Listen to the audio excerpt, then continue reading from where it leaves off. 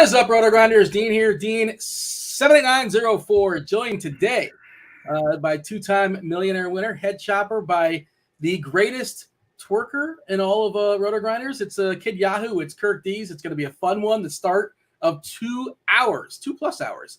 Let's round up. Let's get all technical. 2 hours and change of MLB DFS talk tonight. 10-game slate, not messing around. Big boy slate. Chop, did you know about this, Kirk Dees? He's got a hidden talent. This was discovered the last show. I know you guys are familiar. Were you aware of his twerking prowess? Dude, he's the one who said it. Yes, I'm the one who brought it up, Dean. Thanks for paying attention. Okay. Have you seen it, or have you only heard of the legends? You know, he won't admit to it, but at the RotoGrinders party one time, he had a few too many. And hey, man. Here we do go. you have Chop? Do you happen to have a hidden talent by chance that people aren't aware of? I don't think I do. I don't think I have one single Can you juggle? extraordinary talent. No, I cannot juggle. No, Chop recovered the onside kick Oh, yeah. in a I football don't think game. that's really talent, though. That was just, Luck box? No, that was more just the whole football thing is more of just a God-given gift, not really, I wouldn't really say talent. All right. Well, maybe we'll figure one out throughout the show. Who knows? You probably have you might not be aware of it. Something just. You know what? I don't know if you classify Tell this the as real a talent. talent, Chop. Tell him what you're a master at. Oh yeah, that's a whole that Barton, took a lot of I'm hard. in here. That took a lot of hard Chop work. the master of? Let me tell you what I can really do really well, Dean. Yeah. Besides what Kirk's talking about, what I can do really well, and one day, I'm probably too late in my life to go and compete in this, but I can put down extraordinary amounts of food effortlessly. I don't have any real taste buds really. I go hot, cold, no salt. So I don't care. I can eat anything and eat a bunch of it. And Are you going to call out Joey Chestnut? A couple days away from him doing his thing. Sometimes I watch those hot dog contests on July 4th, and I think, man, like I could throw down 35 or 40 of them. Why don't you do one of those mukbang things, whatever those were? Good call. I think we should 35, 40 hot dogs and buns? You can't do that. I think I could. No, I could, but it's a little too late to do it now in life. I'll have all kinds of digestive issues if I try to do it right now. What's your allotted time? You think you can knock out 35? You can't do that in whatever 10 those guys do. 10 minutes. 10 minutes. 10 minutes. I could probably throw down 25 dogs in 10 minutes. Okay. All right. Especially because they're cheating anyway. What do They're you like eat? eating. With the They're water? like they're eating a hot dog and then they're dipping their bread in water. That's cheating. That's easy. That's nothing. I mean, as an Bread in Astros water. fan, you should be able to look past that. Yeah. Okay, Dean. Curtis, I'm taking the under on 35. I'll take the under on 25. That's too many. I think Chop's being too ambitious. I really don't know. I can't speak to this. I've never really seen him eat. He eats cereal every night. We know about that. I don't know how many bowls. I do the same thing. I usually do a victory. If I have a good slate, a little victory bowl of cereal at the end of the night. What's your go-to cereal? Well, we've been the go-to, the old steady reliable is Frosted Flakes. Sure. I do some Frosted Mini Wheats. I try to get these. To me, these are healthier in my day now. Like I've graduated from the Fruity Pebbles and the Captain Crunches of the world, which I still would enjoy on special occasions. But now it's more like Cinnamon Life, Frosted Flakes, Frosted Mini Wheats, maybe even some Raisin Bran Crunch. Oh, nice. What's the crunch? I just know the standard, the old school. What's the crunch? It's like a sweeter, crunchier. It's flake, like a bran flake. It has and they've had like some oatmeal stuff in there. It's like it's I don't know. It's pretty good. Give it a try. What's up, chat? Hit that like button kindly. We'd appreciate it. Caress it. Do whatever you want to turn that thumb up. Subscribe. Turn on notifications. See several things going on in chat that I want to acknowledge. TJ's largest hanging out. I don't believe he's in the show following us, but just hanging out. But shout out to Canada. It's Canada Day. What does one do in Canada Day, TJ? Tell us. How do you celebrate Canada Day? He's in there talking about some cereal. I see Naked HD in there. Naked HD is my very first head-to-head opponent in the now we get this wrong sometimes, Turkeys. I feel like you had this issue before too. Hashtag beat Mean Dean. If you beat me in a head-to-head contest, right? If I select you and we square off, we have everything set, we're good to go. We're taking each other on in the head-to-head contest. You get one, not a week, not two, not three. You get an entire month free to RotoGrinders Premium and some swag, which I guess is like a T-shirt or something. I don't know. We'll see. That's not my department, but myself and Naked HD, I figured he was the perfect opponent. He's been popular of late in these streets. It's going to go down tonight. I'm a visiting team. We wanted to play FanDuel. I'm playing on FanDuel. That's how it's going to go. Also see Izzy saying WTF is a mukbang. Yeah, I don't assume everybody knows what that is. But that's a certain portion of the YouTube world where just people eat a bunch of food. Is that right, Kirky? Is that about right? That makes sense? Yeah, it's very big in the Asian communities. It's where they really, it's a whole sensory experience. It's all the senses. So it's basically they get like really HD camera. They get some bunch of food. I'm talking like if Chop can really do this, then he would be perfect for it. But like a lot of food. It's usually like sushi and fish or anything though. But and then you hear them. And they also turn up the volume, like the gain will be up really high. I learned the gain on our last show, if you didn't realize. It's only been doing shows for 5 years. Yeah. So you turn up the gain really high and you get like the slurp, like you get all the sounds. Is there some ASMR going on there too? It's ASMR. That's what it is. TJ in chat, somebody asking how do you celebrate Canada Day? He said it sucks. I don't celebrate it. Okay, I don't know the history of Canada Day.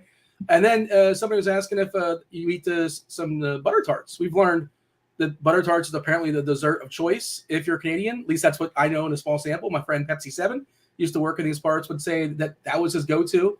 I went to like a buffet in Vegas with him once, and he was outraged. Like, you've seen the buffets in Vegas. They have every dessert in the world. He's like, how do they not have butter tarts? He was very upset. So I'm told, my understanding is it's very popular in Canada, but TJ is like, what does that have to do with me and Canadian? So maybe conflicting reports. I'm going to take this up with Pepsi. Apparently, butter tart's not as Canadian as first. I'm guessing TJ doesn't like Canada Day because no one gives him any gifts. That's what I'm guessing. Yeah. Yeah, the grift doesn't work on Canada Day. Is that what you're saying? Correct. I mean, if that's the way you want to say it. Oh, what else is going on in chat? I did see somebody say Gator Nation said Plate IQ is amazing. It is amazing. I know I sound like a homer saying that, but absolutely one of the first tools, one of the main tools I use to build my lineups as far as DFS. I believe even if you're not premium member, you get like some access to it, but you don't get every number. Don't quote me on it because I just have like I have the goods, but I think you can actually use it to some degree. All right, let's talk about tonight's 10 gamer. Chop, I'll start with you. Actually, we should mention the weather, and I dropped that in the chat as well. Kevin Roth, chief meteorologist, he'll be on in like an hour and a half, 20 minutes, give or take, give you guys an update as far as what's going on. But there are a lot of dicey games. The one that seems most dicey is Detroit, currently orange as far as the weather. Cleveland, where Garrett Cole is throwing baseballs, yellow-orange. Mets, green, yellow. They did scratch their pitcher, Chris Bassett. Peterson's pitching, but he's also on baby alert. Apparently his wife is very, very pregnant. And one of the beats tweeted out basically he might have to leave the game immediately after he comes out. And maybe, I don't know if she goes into labor in the middle of the start. I have no idea what the plan is, but just throwing that out there. Some of it's earlier stuff too, right? Other games don't really matter so much. Yeah, Cincinnati is not on our slate, so yellow, orange if you guys are playing earlier stuff. But yeah, Detroit seems the one that's the most dicey, let's say it that way. And then, of course, Garrett Cole, from a pitching perspective, you want to monitor what's going on in Cleveland, and Roth will give you some clarity on that. So Chop, give me the lay of the land. And I guess you're probably playing it's a Friday night, man. You're having some fun. You're running 150 on FanDuel? Doing it. I'm doing it, Dean. I'm doing it, man. I'm doing it. I'm running 150. So, lay of the land. Okay. First off, I want to say that you mentioned the word Homer a minute ago. So let's. I did. Speaking. Yeah, you said something about Homer. Speaking of Homer, let's. I want to talk to Kirk real quick about how he feels about the acquisition of Malcolm Brogdon for his Celtics, since he's such a homer. That was great. I think we got rid of a bunch of dead weight.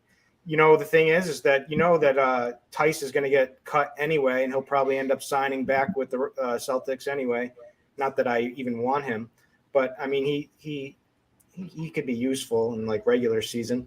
I think it was phenomenal. I'm interested to see where they go from here, but like Brogdon fits in every single way. He's perfect. He's a great defender and he's got more offense than Derek White. He's got more offense than Marcus Smart. Yeah, he's a real good pickup. I was very happy. Brogdon was very happy to see that. If he was on this team last year, they probably beat Golden State, right? Everything else as Oh is. easy. I think they beat Golden State. Yes. Hell yeah. Let's not go back. Let's look forward, Dean. Let's not talk Let's about look the forward. past. Where do we think Kevin Durant's going to end up? That was madness. I mean, yesterday. first of all, I have a question for you. The Gobert thing is insane. How's our man TTO's mental state been this last couple of days? He's no longer a Nets fan. He's moved on to the Rockets now, so he's kind of hoping for the Nets' demise so that he can get all those draft picks. Because they get all the Nets draft picks, so he's kind of hoping for the Nets to fail now. So, yeah, it's tough. It's tough out there if you're a Nets fan. I mean, he went from you couldn't even say anything around him about the Nets because they were one shot away from the Kevin Durant, basically thing. And, and then he had Kyrie and he thought Simmons was going to be, he had a lot of different conflicting opinions with Simmons, whether it was a good trade, bad trade, forget it, nothing we could do. Like there was he went full spectrum. But I figured it was a tough week. Now, I mean, this is what Kyrie does to teams. Yeah, this is interesting. NBA's fun. Dean. I appreciate the NBA. Where do you think Durant's going to go? If I had to put money down right now, I'd say he stays in Brooklyn this year. That's just me. Even though he requested, he demanded a trade or allegedly. There is just absolutely nobody that can really accommodate a trade for Kevin Durant. I just don't like all the teams that would want Kevin Durant don't really have a viable way of getting him that's even remotely like look at what Gobert gathered back, like 4 first-round picks or something like that. And like 5 if you include the guy that was picked. So that was interesting too. So they're going with the Cat Gobert combo, or that should be. I think I applaud him for doing that, man. Because you're not going to win anyway. Like you're probably not going to win anyway. So why not at least go so far out the box and say we're going back to the Twin Towers? Then maybe, just maybe, it's like just this incredible matchup in postseason and nobody can stop it. Who knows? I'm just saying, like you're not winning anyway, so why not make it entertaining and have an outside chance?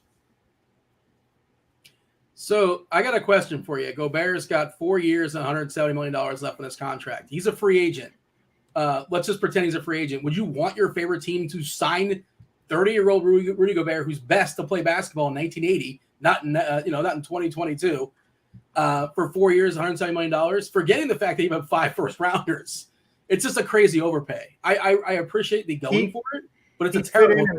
He'd fit in Boston. Yeah, I think so. I mean, you need shooters around him, obviously, and they're not. He's just defensively, but now he's going to be in some decline at 30, and it's an incredible price you're paying for this guy that doesn't really fit in basketball right now. Well, that's the whole thing, though. You think about Minnesota, and you never know. Like this may end up being very intriguing if you can. Now you can have 4 guys around Gobert all out at the 3-point line, including Cat, who's really good, and so they can do that. Then they shouldn't give up a single rebound. With those 2 guys. Their defense, and they were already a great defense. Yeah, it's the defense is going to be tough. So I applaud them for taking a shot on it. I mean, a lot of guys would have. There's a lot of GMs out there these days that would have done the Dean thing. Oh well, we ain't got no chance. Let's just lose. Dude, I'm not giving up 5 Let's just lose 70 games. I hate those types of GMs, Chop. I hate those types of GMs. They don't even take a chance. At least these guys are taking a chance, and it should be entertaining. This could be one of the worst trades in NBA history. There's no chance. No. There's absolutely a chance. Nah.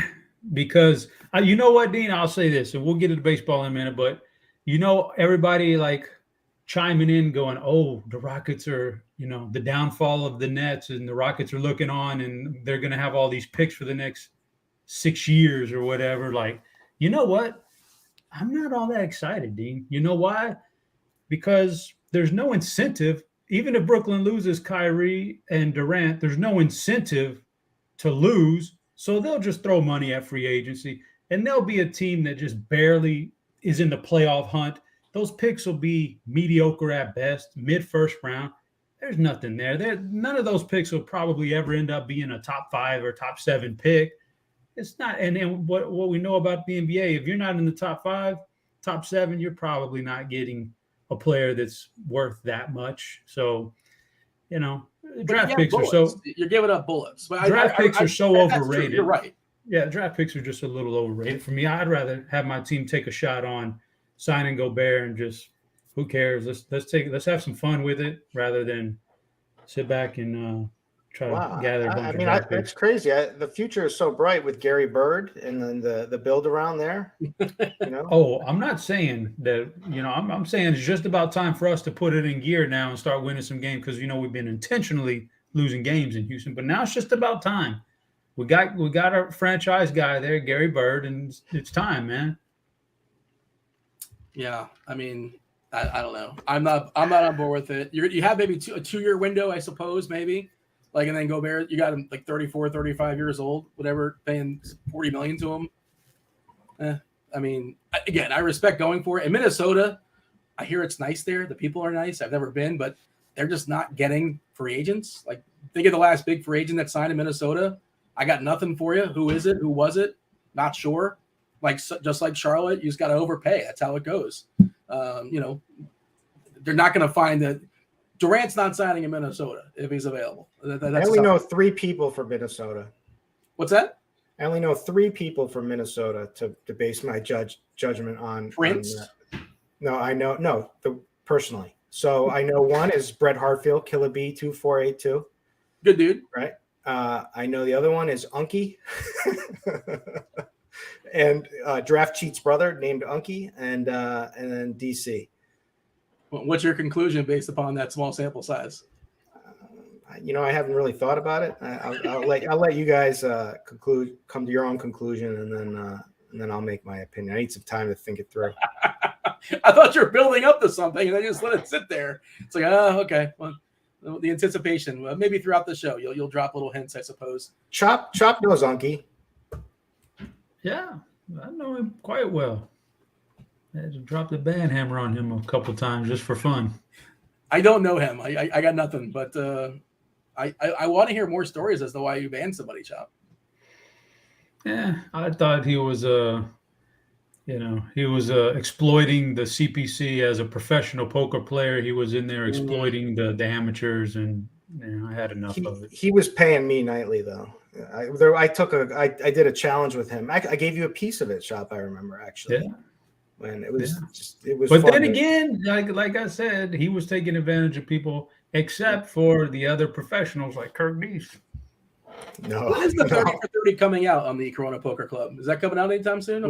There's actually, that's funny you mentioned that because there's been talks. The guy who produced the show that Third and Schlong was on for the PBS reached out to us and said he wanted to potentially do some, make a, get the whole story, and he was talking about a documentary and a bunch of things, and I kind of been too lazy to do that, but it's on the table, Dean.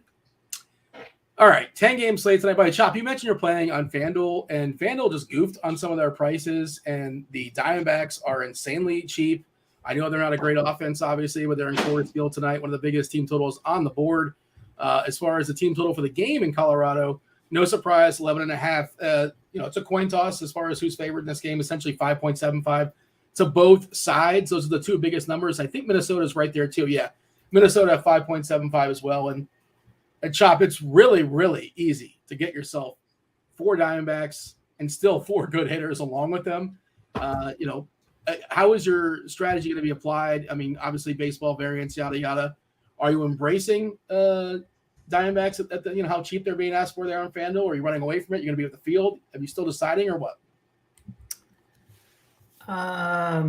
The ownership is let me take a look real quick at some of the preliminary. I'll be in line with the field, maybe a little bit over. I'm certainly not running away from the Diamondbacks tonight.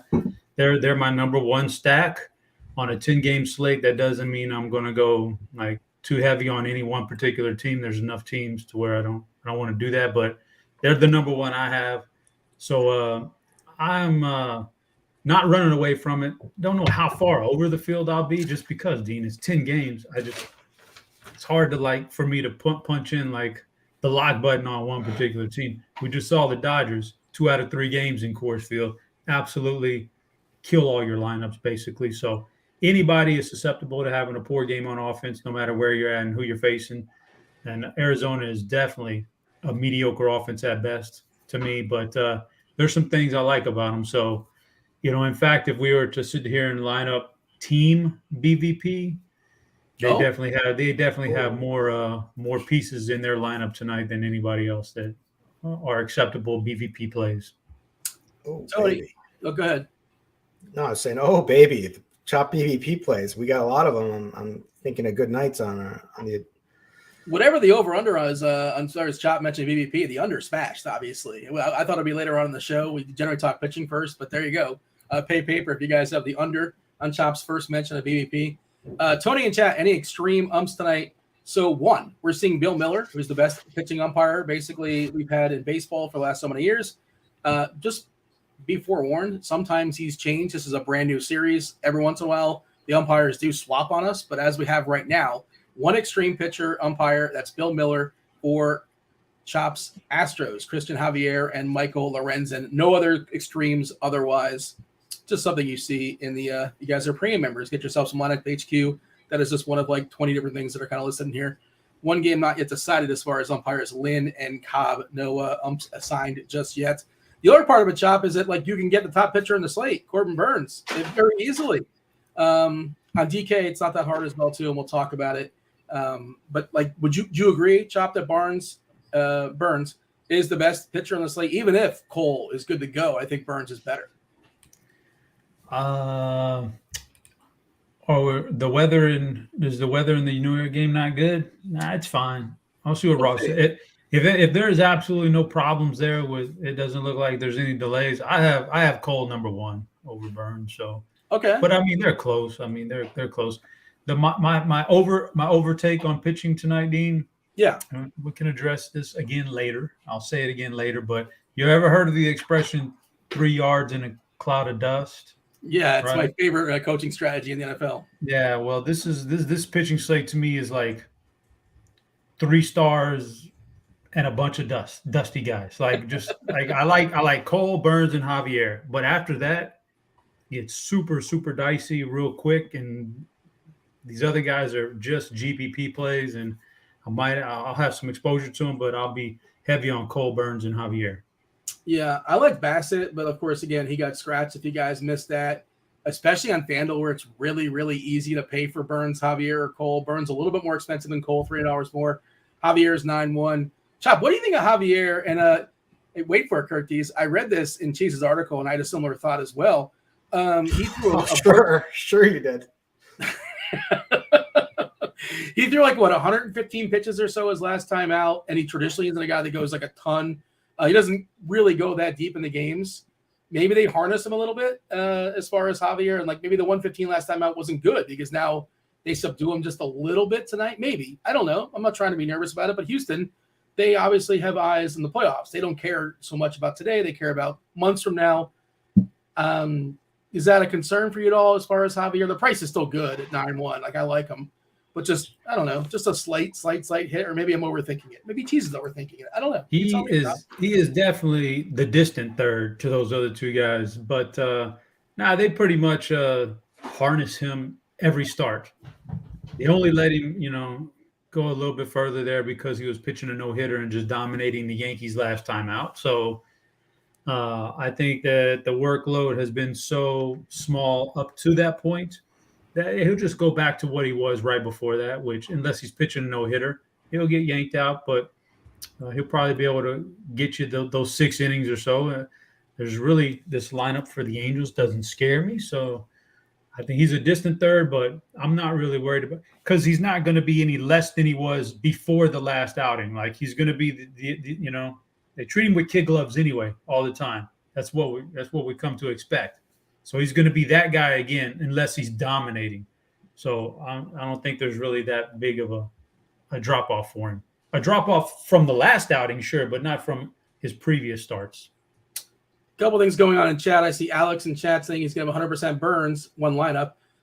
Alex wrote today's grind down. I think it's free. I didn't know it was free. Whenever I see, I know he does some content here. I like to just sort of drop the free stuff that's in the, at RotoGrinders, at Scores and Odds in the chat. Let people know, get the clicks, let people be aware, show some work. I dropped it in earlier. Maybe we'll drop it again. Check out the grind down there for free. Then I see Kirky's your boy Eric Johnson in chat. You got to take this. You got to take responsibility for this. He says Burns sucks, overrated. He's got the lowest Sierra on the slate. He's got the highest K rate on this slate. If he sucks, what does everybody else do? And then he's going to recommend Spencer Watkins. This is what Lip does.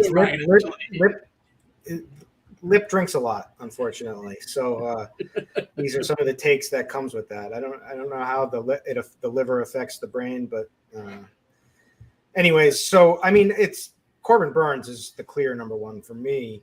I mean, so let's just break down the numbers for this season so far. And of course, Cole has a longer track record, but Burns has a good track record as well. I mean, he's got a higher K percentage. He's got almost 2 ticks higher swinging strike percentage. He's got about a 1% lower walks, right? They're about the same fly ball rate. He gives up a little bit more hard contact, about the same home run rate, right? But then you look at matchups. One's playing Pitt, who strikes out at the 4th highest clip against right-handed pitching, and the other is facing Cleveland, the Guardians, who are dead last in K percentage. They don't strike out a lot. They're 30 in K percentage. Now, they're not the best offense, but they're about the same, Pitt and Cleveland, from an ISO perspective. And Cleveland has a better WRC plus by a significant amount. So I think it's easy for me, except if you want to then, if there's an ownership angle, I could see that. But at least from just like a raw points perspective, I have to favor Corbin Burns here.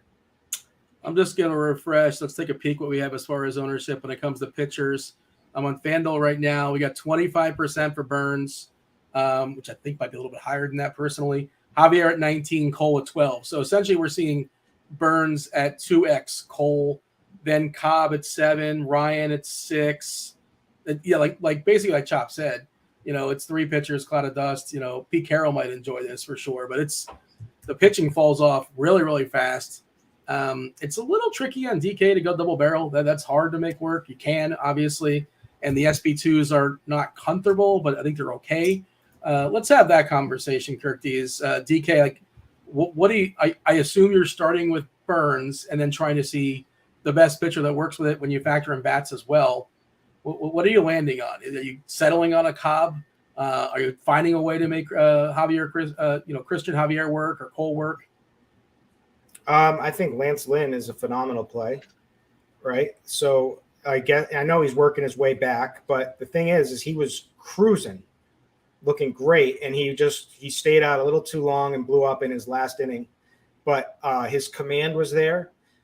His fastball velocity was almost there, which he was at 93.2. Last year he was at 94. But I expect that will improve with each start, and 7,600 seems great for that. But then there's also the Swan. So I do like the Swan. You know who the Swan is, Dean? I'm looking to see if anybody has a name that sounds like a Swan that could be interesting. Is Blake Snell the Swan? No. Okay. It's Alex Cobb. You mentioned him. Why is he the Swan? I don't know, but it's been his nickname for forever, Swan. You didn't give this one to him? You inherited this one? Dean, I'm just here to provide official nicknames for the people so that people can have that feeling that like they're closer to the players. It is official, actually. You're right. According to Twitter, or according to the Google, he's Swan. That's what I told you. But I would like an origin story if you had one. But I guess I don't have it. But anyway, I think he's potentially in play. He's a little bit more than Lance, so I would probably side with Lynn, but perfectly fine going the other way too, because Chicago has just not been they've just been such a letdown offensively this year. So, and they've battled some injuries and whatnot, but it's probably coming from the top, I would say. You don't think Tony La Russa is capable of managing games at age 97? I think the struggles are probably coming from the top. What an embarrassment. Yep. But I mean, and then if we want to get a little crazy, we could play Ronzi Contreras. That's just strictly a talent, betting on talent for a young kid who's got phenomenal strikeout stuff, or at least the repertoire to have it. The results haven't been there yet. He's had some, he's done okay. And a 23% K percentage is nothing great by any means, but there is some upside in there. Milwaukee also does strike out at a pretty high clip, so 7th in K percentage versus right-handers. But the problem is they're 4th in ISO. They're a team that can do a lot of damage, so they're also a pretty good stack this evening. So I'd play both ways of that. But yeah, I'm not. I mean, maybe David Peterson, because no one's going to play him now that I think he's interesting. Yeah. Yeah. I mean, Texas isn't very good. Peterson's looked great in his last 2 starts. I don't know if he's just. Well, what about the narrative? Where is his head? Like, he's got a baby coming out any minute now, apparently. So your head is then you're focused on anything outside of the home. Okay. Which is work. So he's ready. He would love to pitch a 9-inning game right there. If it's up to him. So I think the narrative works in his favor for this. Unless like the baby comes early and he's going to come out of the game in the 3rd inning. I don't know what the plan is there, but again, I was reading one of the beats talking about it. It's a pretty it's strange because we don't really have samples on some of these hitters for Texas. I'm looking at the plate IQ, and it looks like it's a contact heavy guy. But like Smith is, 0% K percent, but 6 at bats, right? Tavares, same deal. So really nothing really can get out of that. There is a fair bit of left on left. Is there 4 lefties? What are Peterson's splits? Looks pretty neutral from what I'm seeing here. Let's see. Let's try to stretch it back. You got anything, Curtis, as far as Peterson? What does the bat have on him? As a split? Is it kind of his average split? I got to pull that up on the fly. I don't know Peterson off the top of the head. I'm buying time for hopefully somebody to save me. All I know with him is he's got a slider that's been really working in these last couple of starts, both against the Marlins. So maybe it's just a function of matchup, but he's he got 16 swinging strikes in his last start in 7 innings. I mean, I could roll him out against Texas tonight. I feel, obviously he could be somewhat volatile, but I think this is a good spot for him. Good ballpark to pitch in as well. Yeah. We should mention I saw there was a couple of fire emojis, at least earlier today there was. Fire emoji, according to Chief Meteorologist Kevin Roth, is weather edge tool. We got one in Pittsburgh. We got one in Cleveland. 92 degrees, crosswind, 11 miles per hour, 67%. 67 is the dew point. Met Stadium actually looks pretty good hitting weather-wise, as is. Better than it is traditionally, but you need a bump when you consider that. Minnesota's, I guess, has it changed? I thought Minnesota was really good hitting weather. Has that changed on us? No, you're just because the amount of the sample size of those games don't show it as a negative. Is that why you're saying that? No, because I thought we had a fire emoji earlier, but you're right. Like, I'm not going to freak out over 13 games. I don't care about 13 games, but yeah, 12 miles per hour wind, basically dead center, 82 degrees as far as the temperature. But I thought it looked better earlier today, but maybe I'm wrong. Yeah. Anything here of note, Kirkies, as far as weather? Yeah, my dew point model is kind of mild on this game. Overall it is good hitting weather. It's just not. It could use a little more humidity. Would be nice, but any time over 80 degrees, wind blowing out a little bit, 10 mile per hour. So that's a good spot, good game for offense. But man, I love the weather in the Mets game. The Mets side, I think the Mets are going off tonight. Yeah, we'll talk about hitting soon, but I agree. Like, Arizona, Colorado is going to be reasonably popular, especially the Arizona side, especially on FanDuel. I think Minnesota is going to be somewhat popular as well, picking on one of the worst pitchers in baseball. On the Baltimore side, but I agree. I think the Mets are. I think we had them 4th or 5th consensus wise. I think it was both New York teams. If I'm gonna, yeah, okay. We had Minnesota, Arizona, Colorado, Mets, Yankees, Dodgers. That's what we have as a consensus. Myself, yourself, Dave Potts, and Mr. Tuttle. Jump in here, Chop. As far as the cheaper pitchers, unless you're just finding a way to spend up for Burns and, Cole and, some Javier and not messing with anything else. Is that kind of your strategy? And if not, who is your favorite amongst, the grouping of Lynn and Marco Gonzalez? At least you could bet against Oakland being terrible. I know Gonzalez isn't great either. Cobb, do you have a favorite amongst that grouping?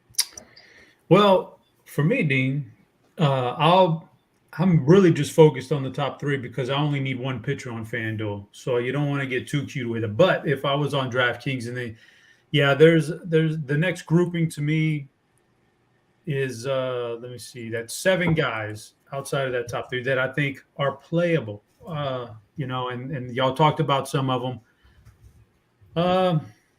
Blake Snell, I could see him tonight. Kind of having a really good game tonight. I don't. The Dodgers are just, they really miss Mookie Betts, and so I think Blake Snell could have a good game. I'm gonna keep him in my player pool. And y'all talked about some of those guys. Gonzalez, Cobb, the Dodgers against San Diego. On the other side, opposite side of Snell, Tony Mangone. We can go with. We can play this guy tonight. He's having an all-star type of year. Is that Gonsolin Mangone? Tony Mangone. Is that his official nickname? If I go to Google and find I don't think that's correct. I think you're just making that up. I'm going to call BS on that one. No, I gave him that one because he has a striking similarity look-wise to our old friend Mangone. Oh, see, I'm going to pull it up now. Now I'm curious. Okay, all right. You pull that up. So, yeah, his new nickname is, from this day forward, is Tony Mangone. But he's had a good year, so why not? It's a rivalry game. I could see that game really like just 2-1, 3-2 as a final there. So I like both pitchers in that game. And after that, I'm not, those other guys I'm not messing with. So, yeah. Do we go ahead. Do we have a nickname for Vinny P? It's got to be. I mean, yeah, I'm sure he's got one out there. Vinny Pasquantino? Yeah, he's definitely going to have something. I assume it'll be like Italian reference in some way. That's what it's. His nickname is the Stallion. Is it? No, that's got to be. That's taken, isn't it? No. Somebody's the Stallion. I'm telling you, that's what they call him. Italian Stallion? Are we doing that too? Isn't that Rocky? It should be Vinny Pasta. George Brett dubbed him apparently the Italian Nightmare. So, okay. Can we work with that? You like that? Did you pull up a picture, Dean? Did you pull up a picture of Tony Gonsolin? Yeah. I kind of see it. it actually. It's not a terrible call. Can we get Devin to pull up a side by side somehow? Or producer Steve is producing the show. Sorry. I saw Devin in chat. I forgot. I think Devin's taking a nap. Devin's on alert. He's hanging out in chat as well too. Let's not throw anybody under the bus. Those are pre-scheduled chats right there. I thought it would take like someone behind the scenes while Steve is still producing. You know what I mean? Italian breakfast is pretty good too, from Matt in chat. I like that. That's pretty solid. Wasn't Italian breakfast? Wasn't that Billy Butler? Isn't that they called him some kind of breakfast, right? Is it because he was called the breakfast? It's Vinny Linguini. I don't think that's it either. Ooh. Remember Billy Butler? Oh, he was called Country Breakfast. I knew he was some kind of breakfast. Billy Butler was Country Breakfast, and now it's a spin on. It's a new Royal, another first baseman. So, okay, I can go with that. But, I mean, I'm not going to argue with George Brett. He's like Kansas royalty. So, I used to have a George Brett rookie card. I remember that. Dean. Yeah. I got to chime in here real quick. TJ says, you are absolutely not doing your job, Dean. Why are there not more likes? 250 watching, only 37 likes. TJ says, he DM'd me. He says he could come on and blindfolded and do a better job than you at getting likes right now. Is TJ corporate, like riding Dean, or is he trying to come in for Dean's job? Or is TJ one of those guys that wants to be corporate, so he's just going to step on all of us to get to the top? Hey, man. I mean, he's already been grifting too. I think we might have to have a little conversation. Is he getting too big for his britches? Is that what you're saying? I mean, it's possible. I'm not saying that yet. I think we need to investigate a little bit. I don't feel great shame, and TJ doesn't embarrass me next time he comes on. Please, kindly hit that like button. My ego is at stake. My pride is at stake. hit the like button, do subscribe. You can do that too if you want, but the most important thing is hit the like. Otherwise, TJ is going to replace me, which may be for the better. I don't know. Depends what the people say. But yeah, hit the like button, subscribe, turn on those notifications. That is all much appreciated. It's weird, Chop. There's a 10-game slate, and you're right. There's not a lot else to talk about as far as pitchers. Well, are you laughing at something in chat? What's going on in chat? Are you talking to me? I don't know. I heard somebody laughing. I think that was Kirk's background. Kurt in chat, by the way, says, I work with a family member of Vinny. I will see if I can get a text out. All right. Yeah, let's make it. We can have a group effort here. But again, we're stepping on George Brett's toes. If that, whatever George Brett says, that kind of goes there in Kansas City. But I kind of, he's got to have a nickname, right? It's got to. It's bound to happen. And also, his last name's kind of wordy, a lot of syllables. Other pitchers that are worth talking about here, Kirk Tees, is there anybody else that we should acknowledge their presence? It seems pretty clear who is in the pool, who is pool worthy, and who's out of the pool. Yes? Kirk Tees? Is he on mute? I was on mute there. Sorry about that. Smoking Joe Ryan. I think he could get the job done against. No, he's not Smoking Joe. That one is definitely taken. You're sticking to the basketball. No, boxing nicknames, but that's definitely taken. There's Smoking Joe's already been claimed. Anyways, him against Baltimore at home, he will benefit from this lower humidity, lower dew point in Minnesota tonight. Still overall good hitting weather, but he certainly could put up a good performance. He's going to be extremely low owned because this is, again, a betting on talent. He hasn't been very great this season. It's at, he's at a 20, almost just about a 22% K percentage. If you group it into last year, he's a little north of 24%, but the O's are ninth in K percentage. But, also not a very great offense. And they're also without Trey Mancini tonight. They're at 20th in WRC plus on the season, and then no Trey Mancini. So, that bottom of that lineup looks pretty bad. So I like that spot for Joe Ryan. Yeah, there's a lot of Ks there. They're backloaded. So Matt in chat says I kind of like the O's more than Ryan, and I don't know if I'm getting the Ryan. And I really like Mullins. Santander's fine. Rooshman is a punt, kind of a punt catcher on DK. I think I'm okay with. I think I'm a little bit more in favor of the Baltimore side, but sure, both of these play. And if you're running 150, I'm not going to be mad at you if you want Ryan in that pool. Shop, you got a Ryan take? Yeah, he's all right. That's my take. He's in my pool. He's not at the top, but he's all right. Dynamite drop in. Somebody in chat earlier said Dean does not let Chop talk. I let you talk and you say 4 words. I'm happy to let you talk. I want you to talk. We've exhausted a lot of. No, he's a good pitcher. He's got some talent. So, and some of the numbers look good.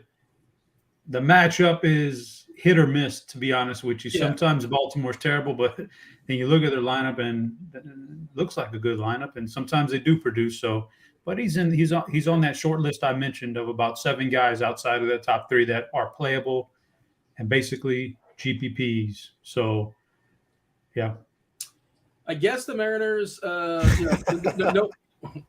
What's going on, Kirk Tees? My boy Big T's here. We got Bobby Gomes and Big T.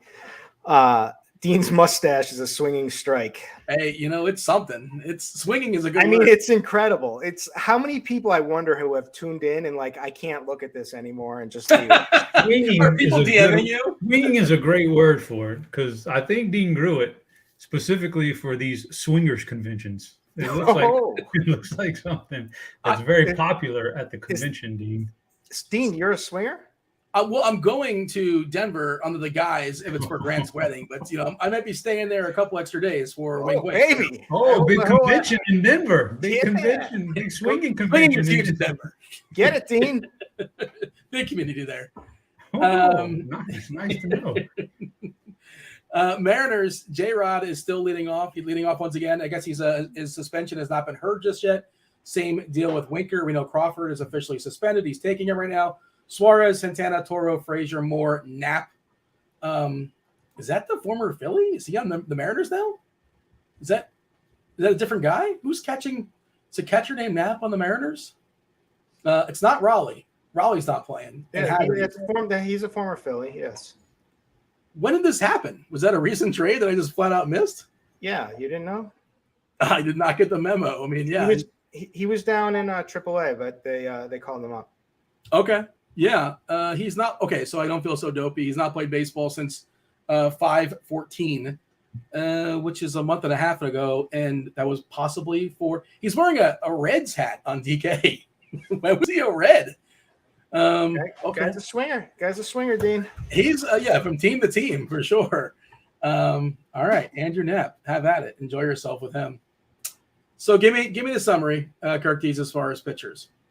All right, Corbin Burns, clear number one. You can play some Garrett Cole if the weather works out. If that's Chop's number one, then I got to respect that. Javier is a little concerning because the high pitch count. But you convinced me Burns is number one. I didn't do all my homework. Oh, no, I was just swinging it. I see. What kind of section were you at in the afternoon today, Chopper? A lot of people just swinging it these days. A lot of swinging going on here. You convinced me. Burns sounds good. Did I convince you, or did Curtis convince you? No. I was trying to be polite about it, but I was like, Chop, come on. Burns is a better play. All right, settle down, you mushroom. All right, so we got Lance Lynn. I'm on board with Lance Lynn. It's not the greatest matchup, but it's not a bad matchup. It's a good park, obviously, in San Francisco. And you can go the other side with the Swan, Alex Cobb. Joe Ryan is going to be the low-owned upside potential play, but a little concerning that he only had a few swinging strikes. And in his last start, the K percentage hasn't been there this year, but I believe in his talent, I believe in his repertoire, and I believe in this matchup, so I'm on board. I wanted to play Marco Gonzalez. Did you though? Well, I was like, I see it. I see the matchup. I'm like, okay. I see some big bats and stuff. And I'm like, it's just pathetic what he's doing from strikeout standpoint. 13.5% is just not going to cut it. It is the A's do K, but I just don't see him taking advantage of it. So he would have to be extremely efficient. So the guy I'll go down to is just betting on youth and talent, and that's Ronzi Contreras against Milwaukee. And again, I also like Milwaukee bats. This could seriously blow up in your face. So kind of like Jazz Chisholm. Yeah, he's on the IL. The Marlins are falling apart. They lost Soler as well. By the way, Chop, I can't unsee this now. I still have Tony Gonsolin's picture up right now on my screen, and you're right. It's a good call. That does look like Mangone. Yeah, it does, yeah. Dean. And there is now a chat member named Dean's Swinging Mustache. So that is awesome. Who's pulling double duty? Who's having a good time? Who's got the burners working? That is well played. It's not my fault. I'm white as a ghost. This is. I mean, the winner of the award for the year for the chat name has to be Naked HD. I mean, we've just fully on accepted that, and yeah, now he's playing Beat Dean's meat. I mean, Beat Dean. No. See, that's a common error. Sorry. This is why the hashtag is not catching. It's not sweeping the nation. It's the common errors like that. But yeah, we're taking him on, or I'm taking him on tonight. And if he happens to beat me, hashtag beat mean Dean. 1 month free of RotoGrinders Premium. And if you guys want to be my next challenger, by all means, hit me up on Twitter. You use that hashtag. Be as creative as possible. Like call me out. Have an angle. Don't just say let's play. Like have an angle. If you make like a video, like for real, if you make a video and like call me out, you'll probably be selected. Keep it like PG-13. Let's not go like NC-17. We'll probably even play it in the show. We'll have some fun with it. But there you go. Yeah, a little bit of effort. 1 month free. You can't put a price. You can, but you can't. 1 month free, RG Premium, and also you get some swag. So, yeah, and a 50-50 shot, in theory, of beating me. So that's how it goes down. Chop, give me anything else to add as far as pitchers, or shall we just move on? No, three studs and a cloud of dusties. I said it already. TJ wants to take me on for my job. What's he putting up? What's TJ putting up? His collection of what are the things that are behind him? I can't think of the name of it. Like I gotta have some Squishmallows. He's got a bunch of Squishmallows. Squishmallow. I don't know what a Squishmallow is, but they're Funko Pops. He's got a bunch of Funko Pops. One of the things you bought for his wedding gift. Yes. Does he have any Cabbage Patch Kids? I don't think. I mean, he's not that. I mean, Are those still a thing? I don't think they are. They were a thing when you in the 80s, Couch Patch Kids. I don't think they're still a thing, my understanding. Beanie Babies? I never gotten the Beanie Babies or Kid Sister. I'm just I love the Garbage Pail Kids. Yeah. Well, everybody had that. Yeah, there's Dizzy Dean. The number one card. What was the number one card? You know, Adam Bomb. There it is. Well played. Good job. Yeah. I loved the Garbage Pail Kids as a kid, and I don't know if they're worth anything now at this point. Couldn't tell you, but at the time, there's also a terrible Garbage Pail Kids movie. If you want to, if you really hate yourself one night, fire that up. It's so bad. Let's talk about the sticks. We kind of sort of alluded to it throughout the conversation, but Kirk Dees, we kind of ran down the top stacks on the slates. Yours are pretty much in line with everybody else. Yeah, you got Minnesota first, as of 244 on the East Coast. Minnesota, Arizona, Colorado, Mets, Yankees, and that's kind of where everybody's at as far as the best stacks. What do you want to say about that? Is there somebody you wanted to rank you just couldn't get to? Because I don't love a lot beyond that. Of course, it's baseball and things can happen, but there's not a ton of appeal as far as hitters tonight, what I can tell. Milwaukee, I didn't rank, but I'm certainly interested in playing that side. And I did rate the Mets, right? You did. Yeah, both New York teams there at 4-5. I love the Mets. But that's about it. So I guess Milwaukee would be the one that I didn't rank that I'd be interested in. And Chop, you did not partake, but I don't know. Were you in the expert survey today, or you're chilling at your convention? We'll just put it at that. I suppose. No. Don't try to throw convention on me, brother. You're the convention guy here. I'm not judging, man. Consent. Enjoy yourself. Crazy enough, now we have another guy in chat named Beat Dean's Meat. This is outrageous. This is out of control. The chat's out of control now. I didn't know it was so easy to change your name. No. Yeah. Again, where is switching the words around just a little bit. One letter change can completely botch the entire sentence. But all right, welcome. Who's wait, he's got a picture. Yeah, he's even got a little pic there, man. So I can't see who. It's too small for me. Who's the picture of? Can we see? Is it like a celebrity type person, or is it actually I don't think it's him. Hey, you know what? It's whatever gets the people talking, I suppose. Yeah, way to drum up the ratings, Dean. You're doing good. TJ taught you well. Yeah, I watched his he did a TikTok presentation on it. So first time using that app. Chop, did you have a take as far as the stacks today, or you're basically in line with everybody else? I don't know what everybody else is doing right now. So I just said. Oh, I'm sorry. I don't really listen You've to been you. reading the chat the whole time, not paying attention. Yeah, for sure, man. The chat's very entertaining today. Yeah, I like Arizona the most, but I'm sure most people do. After that, for me, the New York Yankees are my number 2 team for stacks, followed by Minnesota. And then it's kind of like a 4-way tie for me. I'll lump in Colorado, Seattle, Houston, and the Mets are probably, now that Kirk's talking them up so much, maybe they jump up over Minnesota for me behind the Yankees. So I can get behind that. But those are the teams I really like. And then, there's a little group after that I'm undecided on that kind of features Milwaukee, Detroit, KC, the Dodgers. I'm not sure. And then there's a bunch of teams I'm not going to touch. So there's not really that many big stacks for me today, but there's a handful. Are you that easily influenced in general, or it's just Kirk Dees that can sway you so easily? No, are you kidding me? Hell no, D. You could sit here and say it 1,000 times. It would go in one ear and out the other. But when Kirk says something, you have to pay attention. Kirk Dees says, let me see. Let's rank the MLB touts here on RG, how good they are. All right. Everybody's gonna say, Cheese is probably at the top, near the top. Carty has the projections. We got all that going on, but sneaky good. Right there behind him, maybe even in front of him for DFS purposes is Kirk Dees. So when he says something, I definitely listen. Kirk Dees on the podium. He's in the top 3. Easily. Yeah, I've waited my whole life for that. Chop's the only one who gives me credit over at RG, so I appreciate that. I'll give you credit. But like too much. much like my opinions, you don't care about me giving you credit either, apparently. I've been watching a lot of your movies this last week. But, movies? Royals are interesting. I kind of overlooked them. Yeah. But, anytime you're going up against Michael Pineda, who's coming back from injury, and their bullpen, like this is and you get a team that is willing to run on the base path.